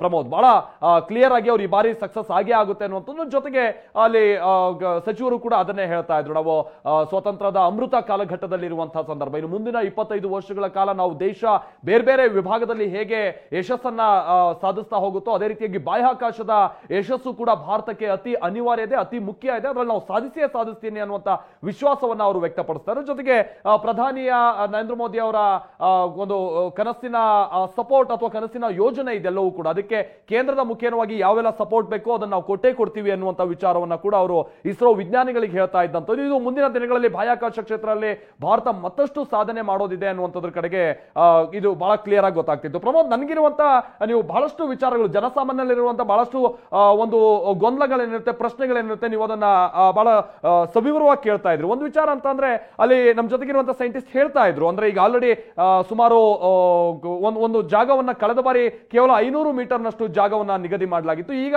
ಜಾಗದ ವಿಸ್ತೀರ್ಣ ಬಹಳ ದೊಡ್ಡದಿದೆ ಅಂತ ಹೇಳ್ಕೊಂಡು, ಬಟ್ ಅಲ್ಲಿ ಹೋಗಿ ಆ ಲ್ಯಾಂಡ್ ಮಾಡುವಂತ ಕೆಲಸ, ಜಾಗವನ್ನ ಗುರುತಿಸುವಂತ ಕೆಲಸ ಹೇಗ್ ನಡೆಯುತ್ತೆ ಅಂತೇಳಿ ಪ್ರಮೋದ್, ಅದನ್ನೇನಾದ್ರು ಕೇಳಿ ತಿಳ್ಕೊಂಬೋದಾ ಪ್ರಮೋದ್?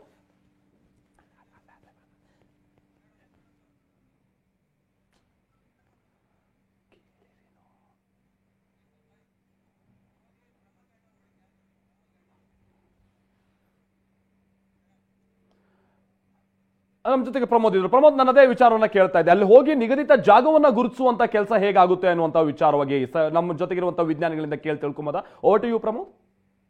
ಖಂಡಿತ ಸರ್, ಈಗ ಹೇಗೆ ಲ್ಯಾಂಡ್ ಆಗುತ್ತೆ ಅನ್ನೋದು ಒಂದು ವಿಚಾರ. ಇವಾಗ 72 ಡಿಗ್ರಿ ಲ್ಯಾಟಿಟ್ಯೂಡ್ ಅಂತ ಡಿಸೈಡ್ ಮಾಡಿದ್ವಿ ಆಲ್ರೆಡಿ. ಅಂದರೆ ಸೌತ್ ಪೋಲ್ಗೆ ತುಂಬ ಹತ್ರ. South pole 90 degrees south pole ಆಗುತ್ತೆ, 72 ಡಿಗ್ರೀಸ್ ಬಿಲೋ ಈಕ್ವೇಟರ್ ಅಂತ ಆಲ್ರೆಡಿ ಡಿಸೈಡ್ ಆಗಿದೆ. ಅಲ್ಲಿ ನಮಗೆ ಭೂಮಿಗೆ ಕಾಣಿಸುತ್ತಂದರೆ the face we are seeing the moon, ಆ ಫೇಸಲ್ಲಿ ಒಂದು 4 kilometre by 2.5 kilometre rectangle area. ಮುಂಚೆ ಅದು ಚಂದ್ರಯಾನ್ 2 ಬರೀ 500 ಮೀಟರ್ ಬೈ 500 ಮೀಟರ್ ಬಿತ್ತು. ಈ ಸತಿ ಇವಾಗ 2 ನಲ್ಲಿ ನಮ್ಮ ಆರ್ಬಿಟರ್ ಇದೆಯಲ್ಲ, ಆ ಆರ್ಬಿಟರ್ ಅಲ್ಲಿ ಸಿಕ್ಕಾಪಟ್ಟೆ ಒಳ್ಳೆ ಕ್ಯಾಮ್ರಾ ಇದೆ. ಅಂದ್ರೆ ನಾಸಾನವರು ಕಳಿಸಿರೋದಕ್ಕಿಂತಾನು ಒಳ್ಳೆ ಕ್ಯಾಮ್ರಾ ಇದೆ. ಸೊ ಆ ಕ್ಯಾಮ್ರಾ ಮೂನ್ ಮೇಲಿರುವಂತ ಎಲ್ಲಾ 20 ಮೀಟರ್ ಅಥವಾ 20 ಅಡಿಯಷ್ಟು ಚಿಕ್ಕ ಇದನ್ನು ಕೂಡ ರೆಸಲ್ಯೂಷನ್ ಇದೆ ಅದಕ್ಕೆ. ಸೊ ಎಷ್ಟೇ ಚಿಕ್ಕ ಇದು ಕಲ್ಲಿದ್ರು ಕೂಡ ಅದನ್ನೆಲ್ಲ ಅದು ಮ್ಯಾಪ್ ಮಾಡ್ಬಿಟ್ಟಿದೆ. ಗುಳಿಗಳು, ಮೌಂಟನ್ಗಳು ಎಲ್ಲ ಮ್ಯಾಪ್ ಮಾಡ್ಬಿಟ್ಟು ಇವಾಗ ನಾವೊಂದು ಕಂದಕ ಅಂತ ಬರ್ತಲ್ಲ, ಅದು ರಿಮ್ಮಲ್ಲಿ ಲ್ಯಾಂಡ್ ಮಾಡ್ತಾ ಇದ್ವಿ. ಅದೇ ದೊಡ್ಡದು, ಅದು 4 ಕಿಲೋಮೀಟರ್ 2.5 ಕಿಲೋಮೀಟರ್ ಕಂದಕದ ಮಧ್ಯಭಾಗದಲ್ಲಿ. ಇಲ್ಲ, ರಿಮ್ ಒಂದು ಎಡ್ಜು. ಇದು ಕಂದಕ ಅಂದ್ರೆ ಈ ಎಡ್ಜಲ್ಲಿ ಅಲ್ಲಿ ನಾವು ನಮ್ಮ ರೋವರ್ದಲ್ಲೂ ಸ್ವಲ್ಪ ಎಕ್ಸ್ಪೀರಿಯನ್ಸ್ ಮಾಡ್ತೀವಿ. ಅಲ್ಲೋಗಿ ಸ್ವಲ್ಪ ಟೆಸ್ಟ್ ಮಾಡಿ ಸ್ಯಾಂಪಲ್ ಕಂಪೋಸಿಷನ್ ಹೇಗಿದೆ, ಕೆಮಿಕಲ್ ಕಂಪೋಸಿಷನ್ ಏನಿದೆ ಅದೆಲ್ಲ. ಯಾಕೆಂದ್ರೆ ನಿಮ್ಮ ಬಗ್ಗೆ ಇನ್ನಷ್ಟು ಡೀಟೇಲ್ ಆಗಿ ಮಾತಾಡೋದು ಸಾಕಷ್ಟು ವಿಚಾರಗಳ ಚರ್ಚೆ ಮಾಡ್ತಿತ್ತು. ಈಗ ಸಾಮಾನ್ಯವಾಗಿ ಚಂದ್ರನ ಬಗ್ಗೆ ನೋಡಿದಂಥ ಸಂದರ್ಭದಲ್ಲಿ ಚಂದ್ರನ ಮೇಲ್ಮೈ ಮೇಲೆ ನಮ್ಮ ಯಾವುದೇ ರಾಕೆಟ್ಗಳನ್ನಾಗಲಿ ಅಥವಾ ನಮ್ಮ ಈ ಲೂನಾರ್ ವೆಹಿಕಲ್ಸ್ಗಳನ್ನಾಗಲಿ ಇಳಿಸೋದು ತುಂಬ ಕಷ್ಟವಾಗತ್ತೆ. ಯಾಕೆ ಚಂದ್ರನ ಮೇಲ್ಮೈ ಮೇಲೆ ಇಂಥ ವೆಹಿಕಲ್ಸ್ಗಳನ್ನು ಈ ಲ್ಯಾಂಡಿಂಗ್ ಮಾಡುವಂಥದ್ದು ಇಷ್ಟೊಂದು ಕಷ್ಟ, ಸವಾಲಿನ ವಿಚಾರ? ಯಾಕಿದೆಲ್ಲ ಸಮಸ್ಯೆಗಳಾಗತ್ತೆ? ಕಳೆದ ಬಾರಿ ಕೂಡ ಸಮಸ್ಯೆ ಆಗಿತ್ತು. ಹೀಗಾಗಿ ಇದು ಅತ್ಯಂತ ಮಹತ್ವದ್ದು ಅನ್ಸುತ್ತೆ. ಚಂದ್ರನ ಮೇಲ್ಮೈನ ಬಗ್ಗೆ ತಾವು ವಿವರಿಸಬಹುದಾ? ಏನಾಗತ್ತೆ, ಎಷ್ಟು ಕಷ್ಟವಾಗತ್ತೆ ಈ ಪ್ರಾಜೆಕ್ಟ್ ವಿಚಾರದಲ್ಲಿ? ಅಂದರೆ ಮುಖ್ಯವಾಗಿ ನಾವು ಹೋಗ್ತಾ ಇರೋದು ಭೂಮಿಯಿಂದ ಚಂದ್ರನ ಕಡೆ ಹೋಗ್ತೀವಿ, ಆಮೇಲೆ ಚಂದ್ರನ ಮೇಲ್ಮೈ ಮೇಲೆ ಸರ್ಫೇಸ್ ಮೇಲೆ ಇಳಿತೀವಿ. ಈಗ ಮುಖ್ಯ ವ್ಯತ್ಯಾಸ ಏನು ಅಂದರೆ ಗುರುತ್ವಾಕರ್ಷಣೆ, ಗ್ರಾವಿಟೇಷನಲ್ ಫೀಲ್ಡ್. ಈಗ ಚಂದ್ರ ನಮಗಿಂತ ಬಹಳ ಚಿಕ್ಕದು, ಒಂದು ಕಾಲು ಭಾಗ ಇರಬೇಕು ಇದು ಗಾತ್ರ. ಆದ್ದರಿಂದ ಅದು ಅಲ್ಲದೆ 80ರಷ್ಟು ತೂಕ ಕಡಿಮೆನೇ ಇರೋ. ಆದ್ದರಿಂದ ಏನಾಗುತ್ತೆ ಅಂದರೆ ಗುರುತ್ವಾಕರ್ಷಣೆ ಬಹಳ ಕಡಿಮೆ ಆಗುತ್ತೆ ಇಲ್ಲಿ ಕಂಪೇರ್ ಮಾಡಿದರೆ, ಇಲ್ಲಿಗೆ ಭೂಮಿಗೆ ಹೋಲಿಸಿದರೆ. ಆದ್ದರಿಂದ ಒಂದು ಬಾಹ್ಯಾಕಾಶ ನೌಕೆ ಇಲ್ಲಿಂದ ಹೋಗಿರೋದು ಬಹಳ ವೇಗದಲ್ಲಿ ಸುತ್ತುತ್ತಾ ಇರುತ್ತೆ ಚಂದ್ರನ. ಆ ವೇಗನ ಕಡಿಮೆ ಮಾಡಬೇಕಾಗುತ್ತೆ, ನಿಧಾನವಾಗಿ ಕಡಿಮೆ ಮಾಡ್ಕೊಂಡು ಬರಬೇಕಾಗುತ್ತೆ. ಅದು ಸ್ವಲ್ಪ ನಾಜೂಕು ಆಪರೇಷನ್ ಇದು. ಓಕೆ, ಲಾಸ್ಟ್ ಟೈಮು ಪಾಪ ಚಂದ್ರಯಾನ 2ನಲ್ಲಿ ಭಾಳ ಪ್ರಯತ್ನಿಸಿದ್ರು, ಆದರೆ ಅದು ಆಗಲಿಲ್ಲ. ಈ ಸತಿ ಇಸ್ರೋ ಹೇಳಿದ್ದಾರೆ ಬಹಳ ಎಕ್ಸ್ಟ್ರಾ ಬಹಳ ಜಾಗರೂಕತೆಯಿಂದ ನಾವು ಮಾಡ್ತಾ ಇದ್ದೀವಿ, ಪ್ರಿಕಾಷನ್ಸ್ ತಗೊಂಡಿದ್ದೀವಿ ಅಂತ. ವಿಶ್ವನಾಥ್ ಅವರಿಗೆ ಮತ್ತೊಂದು ವಿಚಾರ ಅಂದರೆ ಸರ್, ನಾವು ಇಲ್ಲಿಂದ ಕಳಿಸೋದಕ್ಕೆ 40 ದಿನ ಬೇಕಾಗತ್ತೆ. 40 ದಿನ ಆದ ತಕ್ಷಣ 40ನೇ ದಿನ ಅಥವಾ 41ನೇ ದಿನ ಚಂದ್ರನ ಮೇಲ್ಮೈ ಮೇಲೆ ನಾವು ಲ್ಯಾಂಡ್ ಮಾಡೋದಕ್ಕೆ ಕಷ್ಟವಾಗತ್ತೆ. ಯಾಕೆಂದರೆ ತತ್ಕ್ಷಣಕ್ಕೆ ಮಾಡೋಕ್ಕಾಗಲ್ಲ. ಅಲ್ಲಿನ ಸಮಯ, ಅಲ್ಲಿನ ದಿನ, ಅಲ್ಲಿನ ಹಗಲು ಅಥವಾ ಅಲ್ಲಿನ ಬೆಳಕನ್ನು ನೋಡಿ ನಾವು ಮಾಡಬೇಕಾಗತ್ತೆ. ಇದು ಯಾವ ಕಾರಣಕ್ಕೋಸ್ಕರ? ಅಂದರೆ ಅಲ್ಲಿ ಬೆಳಕಿದ್ದಾಗಲೇ ನಾವು ಲ್ಯಾಂಡ್ ಮಾಡಬೇಕು ಅನ್ನೋದು ಯಾವ ರೀತಿಯ ಕ್ಯಾಲ್ಕುಲೇಷನ್? ಇದ್ರ ಹಿಂದಿರುವಂಥ ಲೆಕ್ಕಾಚಾರ ಏನು? ಅದು ಎರಡು ಇರ್ಬೋದು. ಒಂದು ಯಾವುದೋ ಟೆಕ್ನಿಕಲ್ ಕಾರಣಗಳಿರುತ್ತೆ ಇವರೇ. ಆ್ಯಂಡ್ ಇನ್ನೊಂದೇನೆಂದರೆ ಬೆಳಕಿರುವಾಗ ಸ್ವಲ್ಪ ಟೆಂಪರೇಚರು ಜಾಸ್ತಿ ಇರುತ್ತೆ, ಯಾಕಂದರೆ ಸೂರ್ಯನ ಬೆಳಕು ಬೀಳ್ತಾ ಇರುತ್ತೆ ಚಂದ್ರನ ಮೇಲೆ.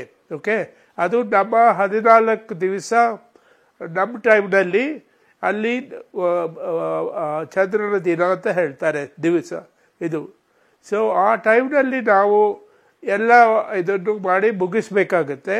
ಸೊ ಬೆಳಕಿರೋದ್ರಿಂದ ಯಾವಾಗ ಕೆಲಸಗಳು ಸುಲಭವಾಗುತ್ತೆ.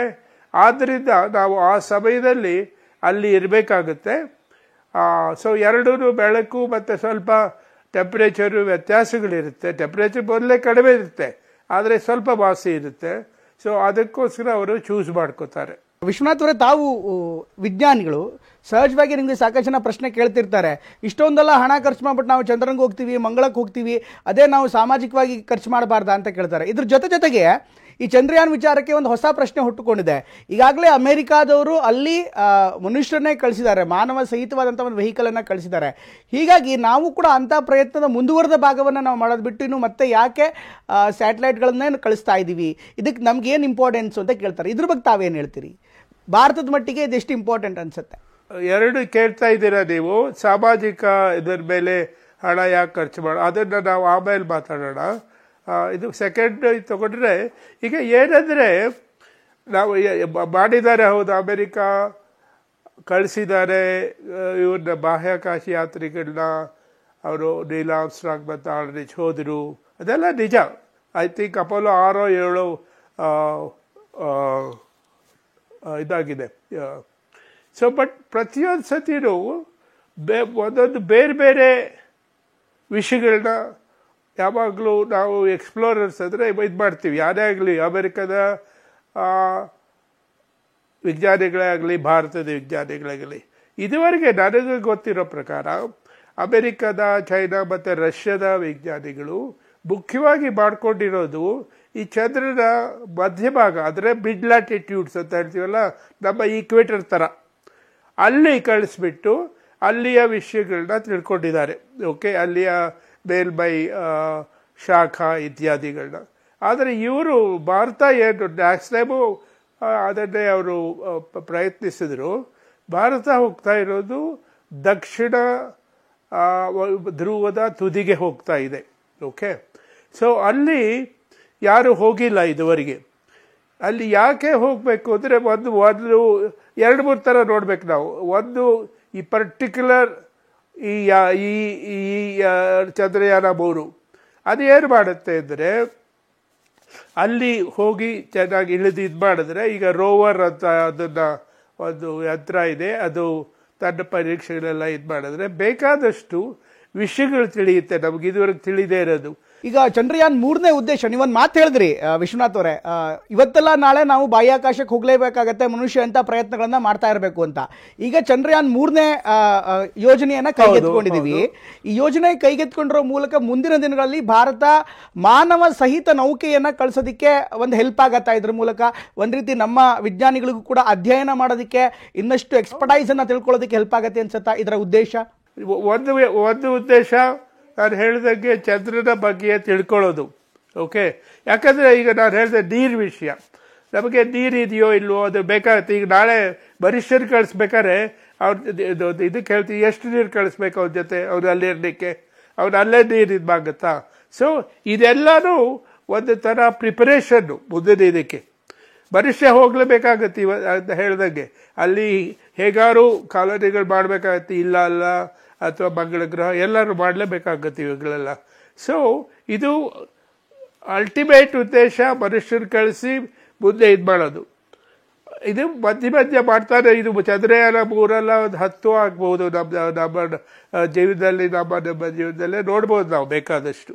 ಆದ್ದರಿಂದ ಪರ್ಟಿಕ್ಯುಲರ್ ಉದ್ದೇಶಗಳು ಚಂದ್ರನ ಗ್ರಹದ ಮೇಲೆ ಏನಿದೆ, ಯಾವ ಖನಿಜ ಇದೆ, ನೀರಿದೆಯಾ, ಅವುಗಳಿದೆಯಾ, ಅದನ್ನು ತಿಳ್ಕೊಳ್ಳೋದು. ಆದರೆ ಇದರಷ್ಟೇ ನಾವು ಒಂದು ಟೆಕ್ನಿಕಲ್ ವಿಷಯ ಇದು ಮಾಡಬೇಕು. ಹೇಗೆ ಇಳಿಸೋದು ಅನ್ನೋದನ್ನು ನಾವು ಹೇಗೆ ಲಾಸ್ಟ್ ಟೈಮ್ ಕ್ರ್ಯಾಶ್ ಆಯ್ತಲ್ಲ, ಅದು ಆಗದಂಗೆ ತಡ್ಕೊಳ್ಬೇಕು, ಅದನ್ನೆಲ್ಲ ನಾವು ಕಲಿಬೇಕಾಗುತ್ತೆ. ಅದನ್ನೇ ನಾವು ಪರ್ಫೆಕ್ಟ್ ಮಾಡ್ಕೊಳ್ಬೇಕಾಗುತ್ತೆ. ಅದು ಚಂದ್ರಯಾನ 3ನಲ್ಲಿ ನಾವು ಮಾಡ್ತೀವಿ ಅಂತ ನಾವು ಲೆಟ್ ಅಸ್ ಹೋಪ್.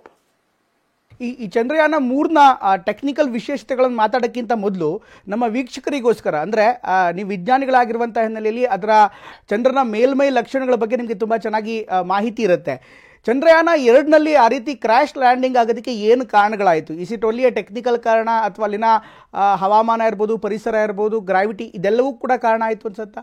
ಮುಖ್ಯವಾಗಿ ಗ್ರಾವಿಟಿ ಅಂತ ಕಾಣುತ್ತೆ. ಯಾಕಂದರೆ ಅದು ಯಾವುದೋ ವೇಗದಲ್ಲಿ ಒಳಗೆ ಬಂದಿದೆ. ಚಂದ್ರನ ವಾತಾವರಣ ಇಲ್ಲ ಚಂದ್ರನಲ್ಲಿ ಹೆಚ್ಚು, ಒಂದರ ಕೆಳಗಿಳಿತಾ ಸರಿಯಾಗಿ ನಾವು ಆ ಸ್ಪೀಡನ್ನು ಕಡಿಮೆ ಮಾಡ್ಕೊಳ್ಳಿಕ್ಕಾಗಲಿಲ್ಲ. ಅದಕ್ಕೆ ಅಲ್ಲಿ ಕಂಪ್ಯೂಟರ್ ಇದನ್ನು ಪ್ರಾಬ್ಲಮ್ ಇರಬಹುದು. ಓಕೆ, ಅದು ಎಕ್ಸಾಕ್ಟ್ ಇದಾಗಿ ನನಗೆ ಗೊತ್ತಿಲ್ಲ, ಅವ್ರು ಹೇಳಿದಾರೋ ಗೊತ್ತಿಲ್ಲ. ಆದರೆ ಒಟ್ಟಲ್ಲಿ ನಾವು ಕಡಿಮೆ ಗ್ರಾವಿಟಿಗೆ ಯೂಸ್ ಆಗೋ ಥರ ಅದನ್ನು ನಾವೆಲ್ಲ ಸರಿ ಮಾಡ್ಕೊಂಡಿದ್ದೀವಿ ಅಂತ ಇಸ್ರೋ ಹೇಳಿದ್ದಾರೆ ಈ ಜೊತೆ. ಸೊ ಅದರಿಂದ ಹಳೆದನ್ನು ಬರೆಸ್ಬಿಡೋಣ, ಅದಾಯಿತು. ಈಗ ಇದನ್ನು ಹೊಸದು ನೋಡೋಣ. ಆ್ಯಂಡ್ ಇದರಲ್ಲೇ ನಾವು ವಿ ಶುಡ್ ಪರ್ಫೆಕ್ಟ್ ಅವರ್ ಇದು ಡಿಸೆಂಡಿಂಗ್ ಕ್ಯಾಪಬಿಲಿಟೀಸ್.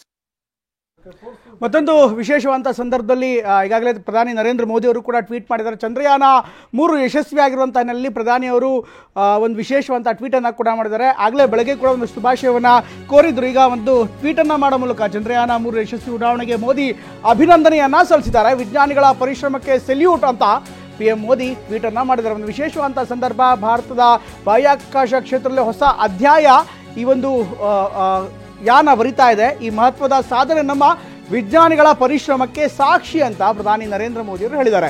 ಭಾರತೀಯರ ಕನಸು ಮತ್ತಷ್ಟು ಉತ್ತುಂಗಕ್ಕೆ ಏರುವಂತಾಗಿದೆ. ಜೊತೆಗೆ ಈ ಒಂದು ಯೋಜನೆ ಏನಿದೆ, ಈ ಯೋಜನೆ ಇನ್ನಷ್ಟು ಹೊಸ ಅಧ್ಯಾಯಕ್ಕೆ, ಹೊಸ ವಿಚಾರಗಳಿಗೆ, ಹೊಸ ಪ್ರಯೋಗಗಳಿಗೆ ತೆರೆದುಕೊಳ್ಳುತ್ತೆ ಅನ್ನುವಂಥ ಮಾತುಗಳನ್ನು ಕೂಡ ಈಗಾಗಲೇ ಹೇಳಲಾಗ್ತಾ ಇದೆ. ಇದರ ಜೊತೆಗೆ ನೋಡ್ಬೋದು ಚಂದ್ರಯಾನ್ 3 ಒಂದು ವಿಶೇಷವಾದಂಥ ಸಂದರ್ಭದಲ್ಲಿ, ಯಶಸ್ಸಿನ ಸಂದರ್ಭದಲ್ಲಿ, ಅಂದರೆ ಉಡಾವಣೆಯ ಯಶಸ್ಸಿನ ಸಂದರ್ಭದಲ್ಲಿ ಪ್ರಧಾನಿ ನರೇಂದ್ರ ಮೋದಿ ಅವರು ಕೂಡ ಟ್ವೀಟನ್ನು ಮಾಡಿದ್ದಾರೆ. ಇಂಡಿಯಾದ ಈ ಒಂದು ಬಾಹ್ಯಾಕಾಶ ಕ್ಷೇತ್ರದಲ್ಲಿ ಒಂದು ಹೊಸ ಮೈಲುಗಲ್ಲಿದ್ದು ಮುಂದಿನ ದಿನಗಳಲ್ಲಿ ಬಾಹ್ಯಾಕಾಶ ಕ್ಷೇತ್ರದಲ್ಲಿ ಹೊಸ ಅಧ್ಯಾಯಗಳು ಆರಂಭವಾಗುವಂಥ ಎಲ್ಲ ನಂಬಿಕೆಗಳು ತನಗಿದೆ ಅನ್ನುವಂಥ ಮಾತನ್ನು ಪ್ರಧಾನಿ ನರೇಂದ್ರ ಮೋದಿ ಅವರು ಹೇಳ್ತಾ ಇದ್ದಾರೆ. ಒಟ್ಟಲ್ಲಿ ಭಾರತದ ಬಾಹ್ಯಾಕಾಶ ಕ್ಷೇತ್ರಕ್ಕೆ ನಿಜವಾಗ್ಲೂ ಕೂಡ ಒಂದು ವಿಶೇಷವಾದಂಥಗಳಿಗೆ, ಯಾಕೆಂದರೆ ಆರಂಭದಲ್ಲಿ 70ರ ದಶಕದಲ್ಲಿ ಇಸ್ರೋ ಆರಂಭವಾದಂಥ ಸಂದರ್ಭದಲ್ಲಿ ಸೈಕಲ್ ಮೇಲೆ ರಾಕೆಟ್ನ ಕೋನನ್ನು ಹೊತ್ತೊಯ್ತಾ ಇದ್ರು, ಎತ್ತಿನ ಗಾಡಿ ಮೇಲೆ ರಾಕೆಟನ್ನು ಹೊತ್ತೊಯ್ಯುವಂಥ ಸಂದರ್ಭ ಇತ್ತು. ಇವತ್ತು ನಾವು ಮಂಗಳದ ಮೇಲೆ ಹೆಜ್ಜೆ ಇಡೋದಕ್ಕೆ ಮುಂದಾಗ್ತಾ ಇದ್ದೀವಿ, ಚಂದ್ರನ ಮೇಲೆ ಹೆಜ್ಜೆ ಇಡೋದಕ್ಕೆ ಮತ್ತೆ ಹೊಸ ಪ್ರಯತ್ನವನ್ನು ಮಾಡಿದ್ವಿ. ಹೀಗಾಗಿ ಇದೆಲ್ಲವೂ ಕೂಡ ಒಂದು ವಿಶೇಷವಾದಂಥಗಳಿಗೆ ಇಡೀ ವಿಶ್ವ ನಮ್ಮತ್ತ ತಿರುಗಿ ನೋಡ್ತಾ ಇದೆ, ಇಡೀ ಜಗತ್ತು ನಮ್ಮತ್ತ ತಿರುಗಿ ನೋಡ್ತಾ ಇದೆ. ಹೀಗಾಗಿ ಈ ಒಂದು ಗಳಿಗೆಯನ್ನು ಸಹಜವಾಗಿ ಪ್ರಧಾನಿ ನರೇಂದ್ರ ಮೋದಿ ಅವರು ಕೂಡ ವಿಜ್ಞಾನಿಗಳ ಎಫರ್ಟ್ ಏನಿದೆ ಅದಕ್ಕೆ ಪ್ರಶಂಸೆಯನ್ನು ವ್ಯಕ್ತಪಡಿಸ್ತಾ ಇದ್ದಾರೆ. ಅದೇ ರೀತಿ ನಾವು ಮಾತನ್ನು ಮುಂದುವರಿಸೋಣ. ಕೀರ್ತಿಯವರೇ, ಈಗ ಇಲ್ಲಿ ತನಕ ಬಂದಾಯ್ತು, ಮುಂದೇನು ಅಂತ ಸಹಜವಾಗಿ ಪ್ರಶ್ನೆ ಇರುತ್ತೆ. ಈಗ ಗಗನನ್ನ ಸ್ಕೈ ಇಸ್ ದ ಲಿಮಿಟ್ ಅಂತ ನಾವು ಕರಿತಾ ಇದ್ವಿ, ಆದರೆ sky is not the limit ಅಂತ ಹೇಳ್ತಾ ಇದ್ದಾರೆ. ಏನ್ ಹೇಳ್ತೀರಿ ಇದಕ್ಕೆ? ಅದೇ, ಈಗ ನೀವು ಎಲ್ಲಿ ಬಿಟ್ಟರು ಅಲ್ಲಿಂದ ಶುರು ಮಾಡೋಣ. ಈಗ ಪ್ರಧಾನಿ ಅವರು ಟ್ವೀಟ್ ಮಾಡಿದ್ದಾರೆ, this is a new chapter ಅಂತ. ಸೊ ಇದು ಯಾತಕ್ಕೆ ನ್ಯೂ ಚಾಪ್ಟರ್ ಅಂದ್ರೆ, ಈಗ ನೆಕ್ಸ್ಟ್ ನಾವು ಏನ್ ಮಾಡಬೇಕು ಅಂತ ಯೋಚನೆ ಮಾಡಿದ್ರೆ, ಒಬ್ಬ ಮನುಷ್ಯನನ್ನ ನಾವು ಸ್ಪೇಸ್ಗೆ ಕಳಿಸ್ಬೋದಾ ಅನ್ನೋದು ಪ್ರಶ್ನೆ. ಸೊ ಇವಾಗ ನಾಸಾ ಎಲ್ಲ ಆಲ್ರೆಡಿ ಮಾಡಿಬಿಟ್ಟಿದೆ, ಆದರೆ ಭಾರತದಿಂದನೂ ಕೂಡ ಗಗನಯಾನಿಗಳು ಹೋಗಬೇಕು ಅನ್ನೋದು ಮುಂದಿನ ಒಂದು ಪ್ರಾಜೆಕ್ಟ್. ಅದು ನಡಿಬೇಕು ಅಂದರೆ ನಮ್ಮ ರಾಕೆಟ್ಸು ಸ್ಟೇಬಲ್ ಆಗಿರಬೇಕು. ಯಾಕೆಂದರೆ ಇವಾಗ ರಾಕೆಟ್ಟು ಅಕಸ್ಮಾತ್ ಅದು ಏನಾದರೂ ಕೂಡ ಹಾಳಾದರೂ ಕೂಡ ಯಾವುದೇ ಜೀವಹಾನಿ ಆಗ್ತಾ ಇಲ್ಲ. ಸೊ ಅದ್ರಲ್ಲಿ ಬರೀ ಎಕ್ವಿಪ್ಮೆಂಟ್ ಹಾಳಾಗ್ತಿರ್ಬೋದು, ದುಡ್ಡು ಹಾಳಾಗ್ತಿರ್ಬೋದು, ಆದರೆ ಜೀವಹಾನಿ ಆಗ್ತಿಲ್ಲ. ಆದರೆ ಒಬ್ಬ ಗಗನಯಾನಿಯನ್ನು ಕಳಿಸಿದಾಗ ಅದು ರಾಕೆಟ್ ಸ್ಟೇಬಲ್ ಇರಲಿಲ್ಲ ಅಂದರೆ, ಅದೇನಾದರೂ ಆಯಿತು ಅಂದರೆ ಅವಾಗ ಜೀವಹಾನಿ ಆಗುತ್ತೆ. ಸೊ ಅದಕ್ಕೋಸ್ಕರ ಇವಾಗ ಈ ರಾಕೆಟ್ ಏನಿದೆ LVM-3 ಅದು 5 ಸಲ ಲಾಂಚ್ ಆಗಿ ಅದು ಸಕ್ಸಸ್ಫುಲ್ ಆಯಿತು ಅಂದರೆ, ಸಕ್ಸೆಸಿವ್ ಅಂದರೆ ಒಂದಾದ್ಮೇಲೆ ಒಂದು ಕಂಟಿನ್ಯೂಸ್ ಆಗಿ 5 ರಾಕೆಟ್ ಲಾಂಚಸ್ ಸಕ್ಸಸ್ಫುಲ್ ಆಯಿತು ಅಂದರೆ ಅವಾಗ ಅದು ಒಬ್ಬ ಮನುಷ್ಯನನ್ನ ಕಳಿಸೋದಕ್ಕೋಸ್ಕರ ಅದು ಏನಂತಾರೆ, ಅದು ಸ್ಟೇಬಲ್ ಆಗಿದೆ ಅಂತ ನಾವು ಅನ್ಕೋಬಹುದು. ಹಾಗಾಗಿ ಇದು ಖಂಡಿತ ಒಂದು ಹೊಸ ಅಧ್ಯಾಯ ಅಂತ ಹೇಳ್ಬೋದು. ಶ್ರೀನಿವಾಸ್ ಸರ್, ಈಗ ನನ್ನೊಂದು ಪ್ರಶ್ನೆ ಇದೆ. ಸಹಜವಾಗಿ ಈಗ ವಿಜ್ಞಾನ ಅಂತ ಬಂದಾಗ, ಅದು ಬಾಹ್ಯಾಕಾಶ ವಿಜ್ಞಾನ ಅಂತ ಬಂದಾಗ ನಾವು ದೇಶಗಳ ಗೆರೆಗಳನ್ನು ನೋಡಬಾರ್ದು, ಗಡಿಗಳನ್ನು ನೋಡಬಾರ್ದು ಅಂತ ಹೇಳ್ತೀವಿ. ಅದೇ ರೀತಿ ಈಗಾಗಲೇ 50 ವರ್ಷದಿಂದ ಅಮೆರಿಕ ಈಗಾಗಲೇ ಚಂದ್ರ ಮೇಲೆ ಕಾಲಿಟ್ಟು ಬಂದಾಗಿದೆ. ನಾವು ಅದರಿಂದ ಮುಂದುವರೆದ ಸಂಶೋಧನೆ ನಾವು ಮಾಡಬೇಕಾಗಿತ್ತು. ನಾವಿನ್ನು ಕೂಡ ಸ್ಯಾಟಲೈಟ್ ಮಾತ್ರ ಕಳಿಸ್ತಾ ಇದ್ವಿ ಅಂತ ಹೇಳೋರಿಗೆ ತಾವೇನು ಹೇಳ್ತೀರಿ? ಅದಕ್ಕೆ ನೋಡಿ, ಇವಾಗ ನಾವು ಫಸ್ಟು ಮೊನ್ನೆ 2008 ಚಂದ್ರಯಾನ್ 1 ವಾಟರ್ ಇದೆ ಅಂತ ನಾವು ಇಸ್ರೋನೇ ಕಂಡುಹಿಡಿದಿದ್ದು. ಆಮೇಲೆ ಬೇರೆಯವರು ಅದನ್ನು ಚೆಕ್ ಮಾಡಿದ್ದಾರೆ. ಇನ್ನೊಂದು ಸೋರ್ಸ್ ಅಂದರೆ ಹೀಲಿಯಂ ಇದೆ ತುಂಬ ಚಂದ್ರನಲ್ಲಿ. ಅದು ಪವರ್ಗೆ it's a huge source of power. ಅದನ್ನು ಟ್ರಾನ್ಸ್ಪೋರ್ಟ್ ಮಾಡೋದು ಹೆಂಗೆ ನೋಡಬೇಕು. ಆಮೇಲೆ ಮುಂದಕ್ಕೆ ನಾವು ಮಾರಸ್ಬೋ ಅಥವಾ ಬೇರೆ ಯಾವುದೋ ಪ್ಲ್ಯಾನೆಟ್ಗೆ ಹೋಗಬೇಕು ಅಂದರೆ ಇಟ್ಸ್ ಎ ಇಂಟರ್ಮೀಡಿಯೇಟ್ ಪ್ಲೇಸ್ ಅಂತ. ಇಲ್ಲಿಂದ ಅಲ್ಲಿಗೆ ಹೋಗ್ಬಿಟ್ಟು ಅಲ್ಲಿಂದ ನಾವು ಬೇರೆ ಕಡೆ ಹೋಗೋಕ್ಕೆ ಬೇಕಾಗತ್ತೆ. ಅದಕ್ಕೆ ತಿರ್ಗಾ ಇವಾಗ ಆರ್ಟಿಮಿಸ್ ಅದೆಲ್ಲ ಶುರು ಮಾಡಿದಾರಲ್ಲ, ಈಗ ಇಲಾನ್ ಮಸ್ಕ್ ಅವರೆಲ್ಲ ಶುರು ಮಾಡಿದ್ದಾರೆ. ಇವಾಗ ತಿರ್ಗಾ ಇವಾಗ ಇಸ್ರೋ ಚಂದ್ರಯಾನ್ 2 ಆದಮೇಲೆ ಬೇರೆ ದೇಶಗಳು ಇದ್ರ ಮೇಲೆ ತುಂಬ ಇಂಟ್ರೆಸ್ಟ್ ತೋರಿಸ್ತಾ ಇದೆ. ಇವಾಗ ಅದು ನೆಕ್ಸ್ಟು ಸಕ್ಸಸ್ಫುಲ್ ಆಗಿ ಲ್ಯಾಂಡ್ ಮಾಡಿ ಅಲ್ಲಿ ಇದ್ಬಿಟ್ಟು ಅಲ್ಲಿ ಕಲ್ಟಿವೇಟ್ ಮಾಡಬೇಕು. ಅದಕ್ಕೆ ಸ್ವಲ್ಪ ಎಕ್ಸ್ಪೀರಿಯನ್ಸ್ ಎಲ್ಲ ಮಾಡಿದ್ದಾರೆ. ಅಲ್ಲಿ ಫಸ್ಟ್ ಇರೋಕ್ಕೆ ಇಲ್ಲಿಂದ ನೀರು ಗಾಳಿಯಲ್ಲಿ ತೊಗೊಂಡೋಗಲ್ಲ. ಅಲ್ಲಿ we have to make a living ಅಂದರೆ ನಿಮಗೆ ಫಸ್ಟ್ ಏನಾದ್ರು ಬೆಳಿಬೇಕು. ಅದರಲ್ಲಿ ಎಕ್ಸ್ಪೆಕ್ಟ್ ಮಾಡೋಕ್ಕೆ first we have to find out what is the composition, ಅಲ್ಲಿ ಏನು ಸಿಗುತ್ತೆ, ಮಣ್ಣಲ್ಲಿ ಏನಿದೆ, ಅದು ನಮ್ಗೆ ಯೂಸ್ಫುಲ್ ಆಗುತ್ತಾ ಅದೆಲ್ಲ.